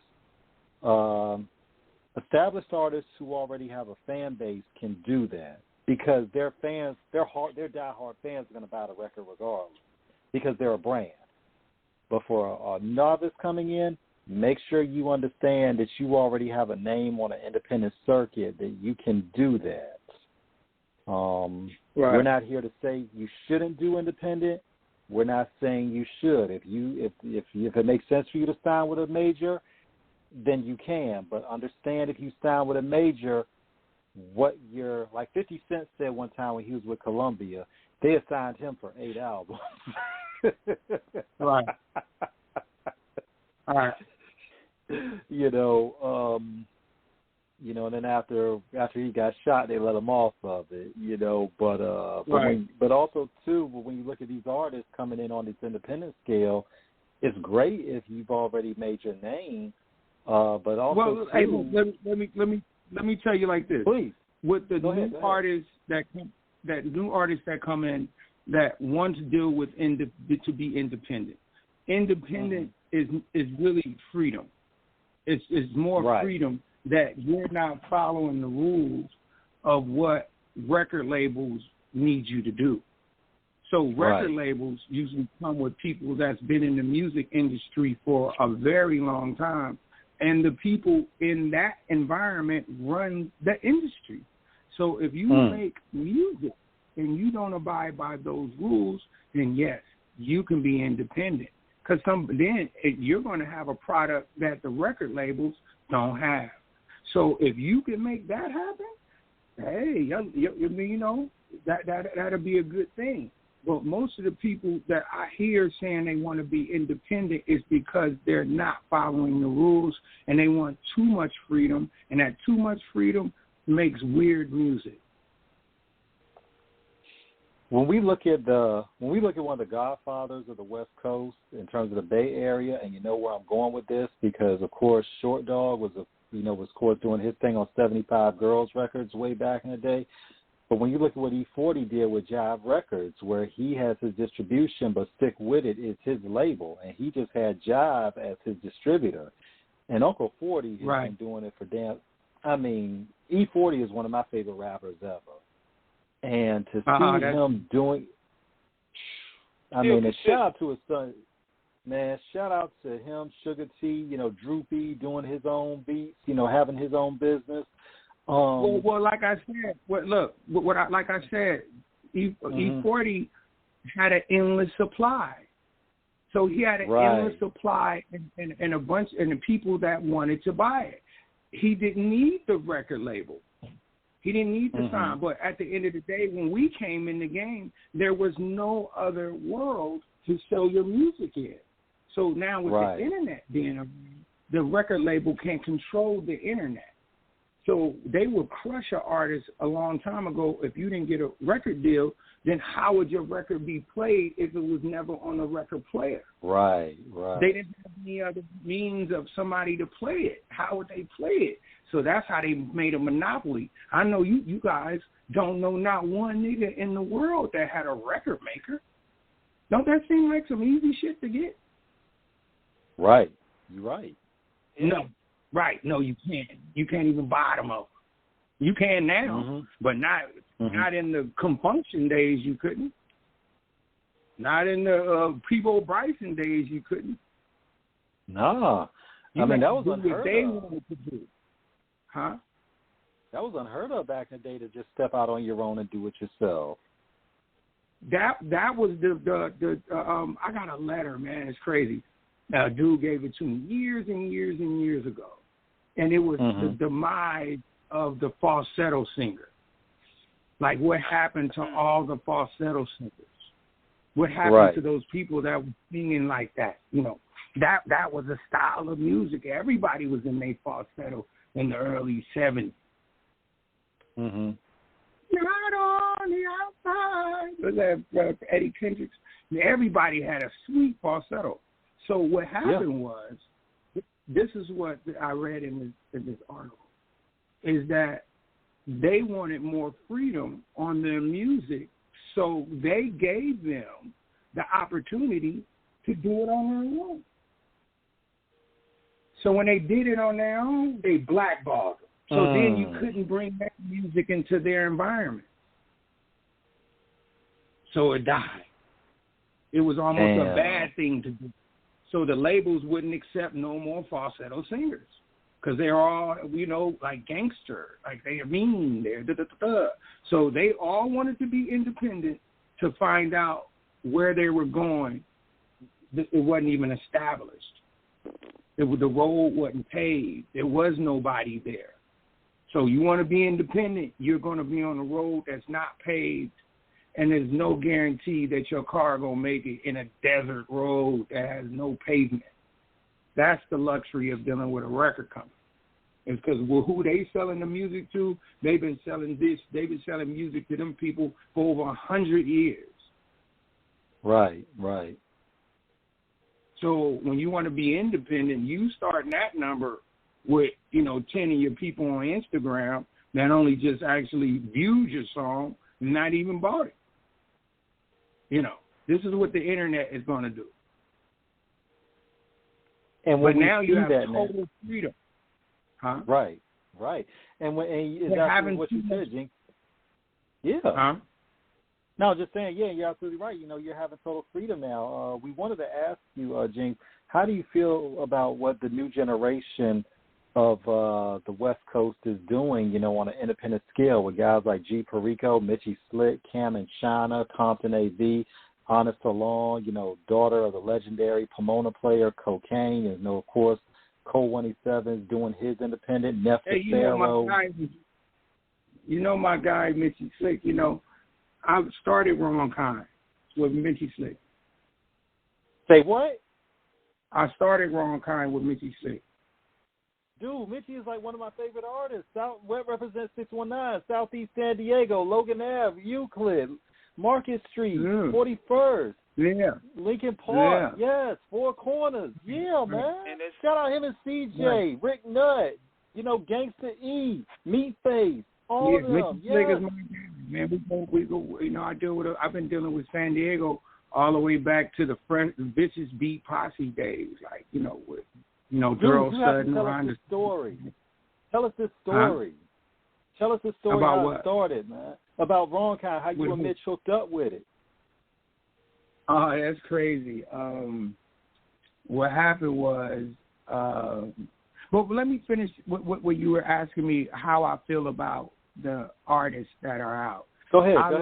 All the artists. I love what they're adding to, and then, like I said, it's like a slab of marble that's broke, but everybody can fit. So everything fits perfect. Nobody stepping on nobody's toes. Them guys that you guys just mentioned, I don't hear them saying about the old school don't be listening to me. Everybody you just mentioned all give props to their OGs. You know what I'm saying? So I like the group, the names that you say, they all have big homies. And they not one of them renegade kids that, you just don't understand. Like, you old school. They called me a dinosaur one time. I'm like the dinosaur made up hip-hop. Exactly. They recognize you a legend in this. Right, but they don't have to listen. That's usually how we keep the population going. Some motherfuckers don't listen. We keep the population down. But people don't motherfucker want to listen. So, hey, I can't teach a person not to kill themselves. That's the only thing if that's what they do, that's what they do. I can't encourage motherfuckers, young dudes that ain't never been nowhere to tell me that they vision, they gonna see what I already see, but they don't see it. They ain't never seen it before. It just got a vision that's gonna happen. But I can tell you the accuracy if it's gonna happen or not. The probability of it can if it can happen. But to the situation with Slick, I used to. It was the clubs out here in L.A. In Hollywood, and my homeboys used to DJ the clubs, and I'll just go up there, and then they have like some pool table VIP area that they would always put my little area, kind of in the corner. They knew I would always be right there. So one dude just kept coming up to me, and I see him. Back in them days, the club was still kind of no jeans. You remember that? It was kind of still, you had to dress up. It was like dress code. Right. And so the dude ended up, coming up to me and talking to me, and he say, and his name is Reese, Black Reese, and so Reese was like, I was like, he's like, man, I'm from Dago, I come down here, you know what I'm saying, I fuck with Snoop and da-da-da-da-da-da. I'm like, all right, cool. I said, man, so me and him kept talking. So later he said, man, I got some rappers that's out of SD that I want to bring them down and for them audition in front of you. And you can pick the first, whatever ones you like. We can put the money behind them. And, the Lincoln Park, you guys know what's going on. They got money. So we go put the money behind it, wherever you pick. So we met up maybe a couple months later. We ended up meeting up on Melrose at my homeboy Diz barbecue spot that was like right by La Brea. So we pull around and back. We used to be in the back of that barbecue spot smoking anyway and kicking it. So Reese he come with like maybe about 8 people. And it's like a guy and a girl that rap together. It was a girl, a couple other guys, and some other people. I really don't remember. So it's kind of dope that they just vanished, whoever was there. So they were all doing their thing. And we were doing it with the door open in the car. So they kind of just, making it be comfortable, not like no da da da da da da, you know what I'm saying? Like, okay, man, let me hear what you got. It's kind of very comfortable environment. So then Mitch was there. So Mitch was like, okay. So the way Mitch sounded, it was over. I just knew it. The way you hear Mickey Slick, that's the first thing I heard. So all the people went back to San Diego, and then Mitch was around me the majority of when I was working on the 40 Days and 40 Nights album or Exhibit. And right. So then with Black Reese being with me all the time, Exhibit was moving up in life, like as he's moving up. So I was like, Exhibit, you might want to use Reese as a security guard, because we started doing shows and little pop-up shows and stuff like that. So Exhibit was like, I don't know. So we did one show, I think somewhere far out, and a dude jumped on stage, and Reese grabbed that dude and raised him above it, because Reese is kind of short, but Reese is very fucking strong. And Reese picked the dude up and threw him over the barricade. And Exhibit was like, you're hired. So with him and go ahead. Yeah, would this be the setting for what will become Strong Arm Steady with Exhibit, Mitch, and all right. them? Right. So that's how that went that way. But that was later. Because first it was wrong because Strong Arm Steady was Field and Crondon, but it was but Mitchie Slick. Trust and believe. You can say anything you want to say to Mitchie Slick. He gonna still have his shit. He gonna be like, oh, you want to be in the group? He gonna be like, yeah, I'll be in the group. But when he leaves, he gonna be like Logan Ave, nigga, the DIP. He's going back to the shit he do it. You know what I'm saying? Look, man, shout out to the Dips, the Termite Squad. I was rocking Triggeration Station in the deck the other day. It's on my IG. That is a hard album. Oh, my God. He was a very... So, when we doing 40 Days and 40 Nights, and we sitting there doing it, when I'm writing, when I'm doing music, sometimes I have a pad on the board, and while I'm just listening to it play back and listen to if something's right, I do a whole mural because I know how to do graffiti, so I still do pieces. So I just pick a word, and when I was working, I don't know if it's chamber music or whatever, but Exhibit is the wrong kind, and I was like, that's dope right there. And he was like, well, I said, I think we should be the wrong kind. You fucking with the wrong kind, and that's when Wrong Kind was made. So I drew the logo. So that logo of Wrong Kind, I drew that. That's my hand. I don't think anybody in the history of hip hop. Hard ass beats too. That was one of the hardest beats I ever heard. Which one? I don't think in all the history. Chamber music. Oh, go ahead. Oh yeah, go ahead. Sorry. Yeah, I was saying chamber music. That was one of the hardest beats I heard, and especially around 98, when, you know, that shift was coming back in the hip-hop, because, you know, in 97, everybody was, you know, had the shiny suits. So y'all shifted that energy back in 98 to the hardcore stuff. And when I heard chamber music, I was like, good God. Hey, the crazy thing about chamber music is Exhibit used to, you know, always say Black John McClane. He used to always say that. I'm Black John McClane. So I tried to make a track that sound like Braveheart or sound like Mel. What's his name? Mel Gibson. Oh, it's Bruce Mel Willis. Gibson. Bruce Willis. I tried to make a rap song that sound like dance.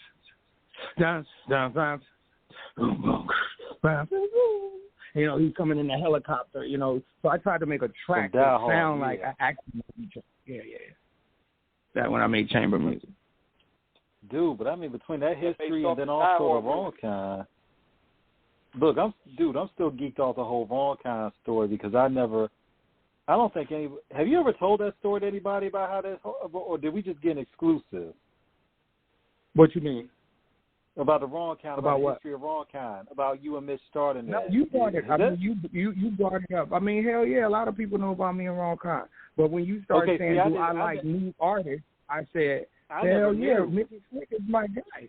Hell yeah, I like the new guys. Hell yeah. Man, look, I've been supporting Mitch. I got on Mitch around 2003. Shout out to the Source magazine because they profiled the album in the Independence Day column. And that's how I found out about Triggeration Station because the record got released in 2001. And I found out about it in 2003. Like I said, shout out to all of San Diego, man, because CJ, I talked to him off and on. You know, people's, yeah. You know, I mean, when I went down there, I saw a lot of opportunity. Reese is my guy. And it, you know, they treat me like a king when I'm there. You know, the elders is always available. They always cooking. It's like a little town, like kind of like a down south area, but better homes. You know what I'm saying? Like, but the attitude is the same. You know, we still very close, and you know they all know each other. They you know, I know Mitch's dad. You know, Mitch's dad and his uncle. You know what I'm saying? Like so. You just not knowing them dudes like that.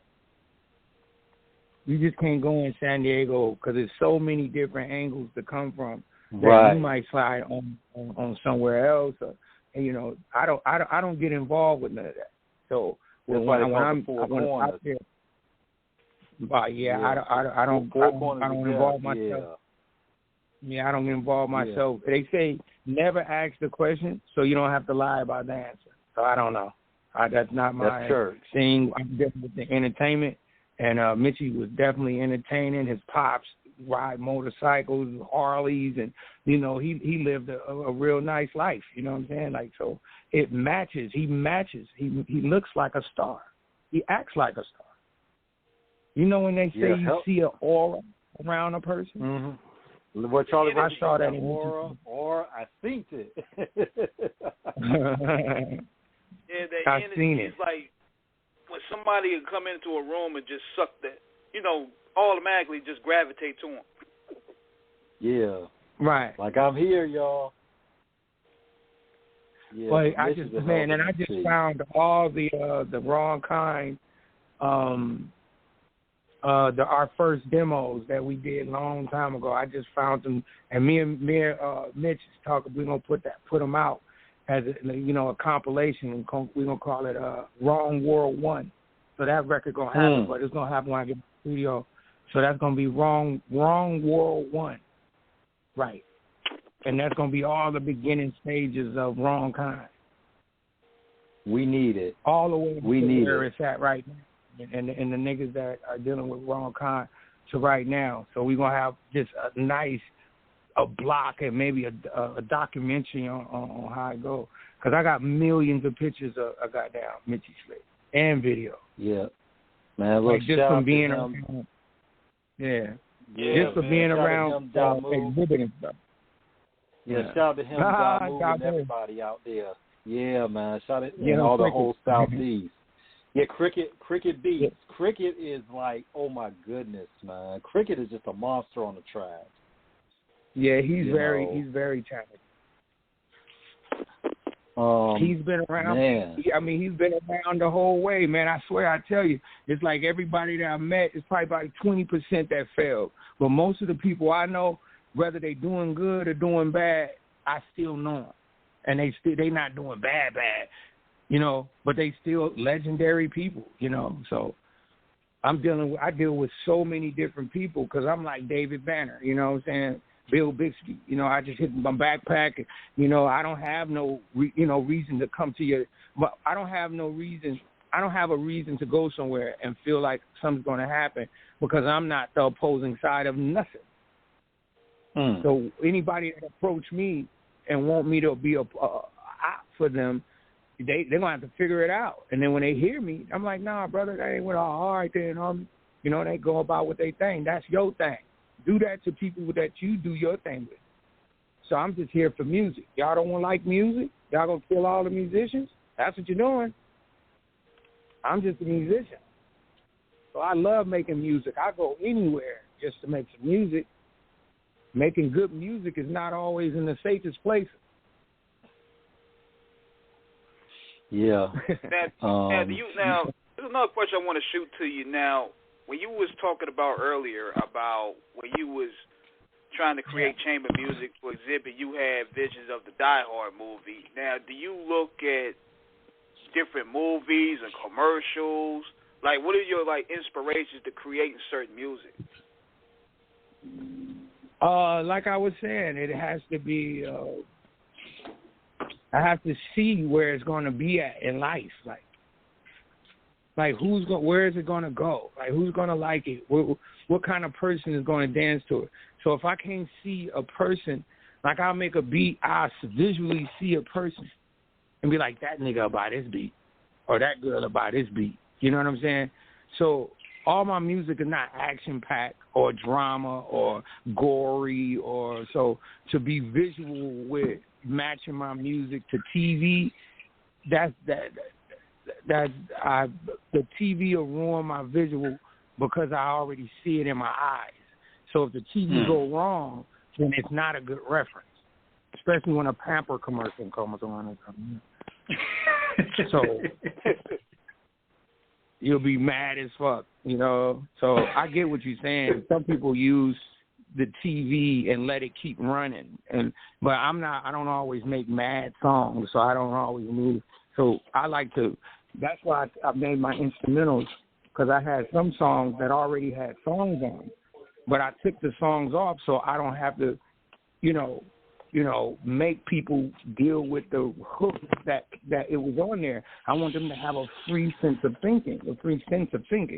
So I believe that 5 different people can make 5 different hooks on a song, you know? So I like to take music and give it a new face. But go ahead. Yeah, and I got one more question to shoot because I know you have to get going because, we almost hit that line, but, we got to push that line to get, some good stuff out of here. Another guy, he shot me a question of, do you know where is Rashad Coles is now? Where's who? Rashad Coles. Rashad, I just talked to him yesterday, a couple of days ago. Rashad is Rush. That shout out to Rush. Rush did what's the name of the song? He did Colorblind. Classic track. He did the Colorblind song for Cube. That's Rashad. Yeah, I talked to him. He's doing real good. He's still hanging out with DJ Pooh. Like, we all still know each other. Like, ain't nothing changed. Might not talk to each other every day, but they ain't too far away. Somebody I know is dealing with Pooh. Somebody I know is dealing with Lil D. Or, somebody I know is dealing with Rick. Or all the people from back in the day, they didn't go too far away If you was in the team that we with, the same people that be with Snoop Dogg is the same people that I know. Same people that be with MC8 and Chill, same people I know. Ain't nobody can come up and be like, oh, I've been with them, for ages. Be like, I didn't see you there, brother. I don't care how tough you are. You wasn't there. Because we definitely, I know who was there and who wasn't there. So most of the people I deal with, like, the guys, I mean, I love it, man. I love that, MC8s and King T's and all the guys are still here and still my peers, my West Coast peers. I love my team. Man, look, and we love this interview.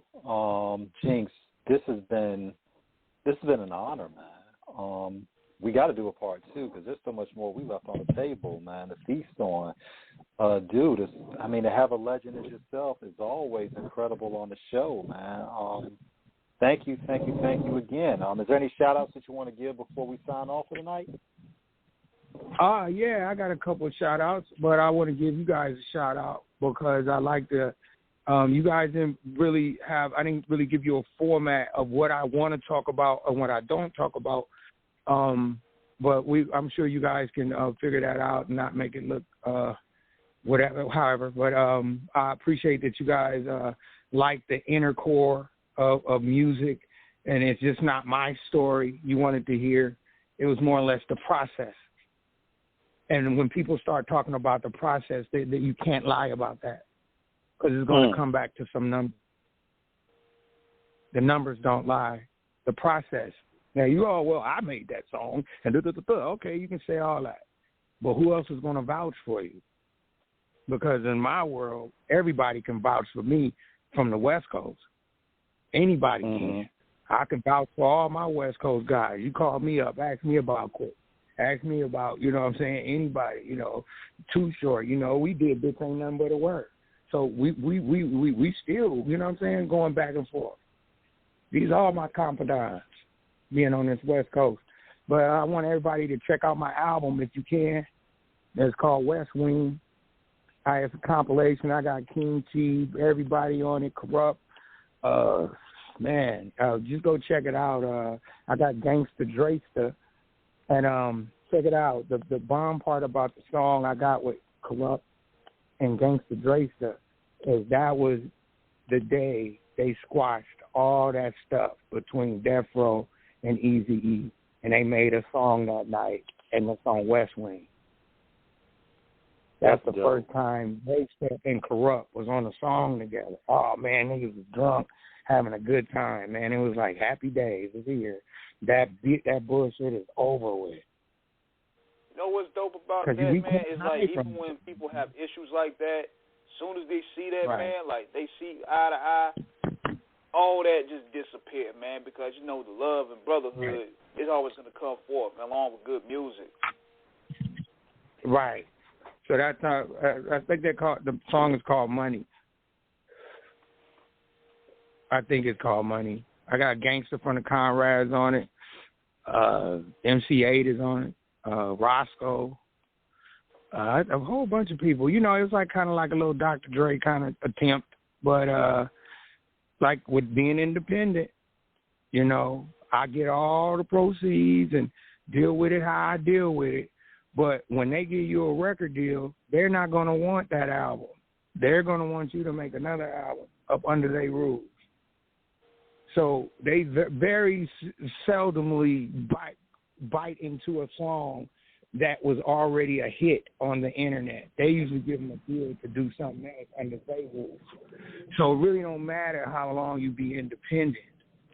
The fact is, can you be a major artist? So I got my album out there just to be a demo to show the world, like the guys that are my age are still doing banging ass tracks. Them songs sound so brand new. And once again, you guys even brought up my album, General Population, Rhyme Scene, Money Over Everything. That's that album. I did that album. I got Butch Cassidy on it, Bone Crusher on it. I got all kind of people. So, I got music out there, you guys. You know what I'm saying? Support Sir Jinx. Hit me on my Instagram, DJ Sir Jinx. Talk to me. I'll talk back. Jinx, you are welcome back anytime, man. I mean, we appreciate this. Thank you again. Thank you. That's what we love about talking to the producers and the architects, man, because they the ones that's behind the magic. They the ones that the creative force that needs their voices to be heard. And that's why we wanted to reach to you, man, because you played a pivotal part. Your sound, your music is like a soundtrack to our lives, man. We want to make sure that you get your accolades. Hey, and peep this. So I dropped another album, an instrumental album called Imperial. That's the one I dropped this year. I swear to God, when we was in the studio mixing it, everybody was talking about it was beats, and people was like, "Nigga, I remember this car was out. I remember we was wearing this." It is a timepiece. So when you hear that sound, I found so many DACs, and all the beats came from 90 and 92. So I had hundreds of beats that I made from the SB1200. So the SB1200 ain't never around. It ain't around me no more. So anybody like that SB1200 sound, go check out my Imperial album. I just dropped it this year. Okay. Yeah, sometime this year. And I got another instrumental record coming. So I got a lot of stuff dropping. You guys check in with me, man. It's a lot of stuff going on with the West Coast. Yeah, y'all just got to pick the right Instagrams to get the accurate, get it from the accurate source. Definitely, bro. And we here for all of it. Yeah. On that note, thank you again for all of our hip hoppers in the universe far wide. We about to close shop. God bless. Peace, love, and happiness. Thank you again, Jinx. Thank you, guys. Thank you. Already. And we out.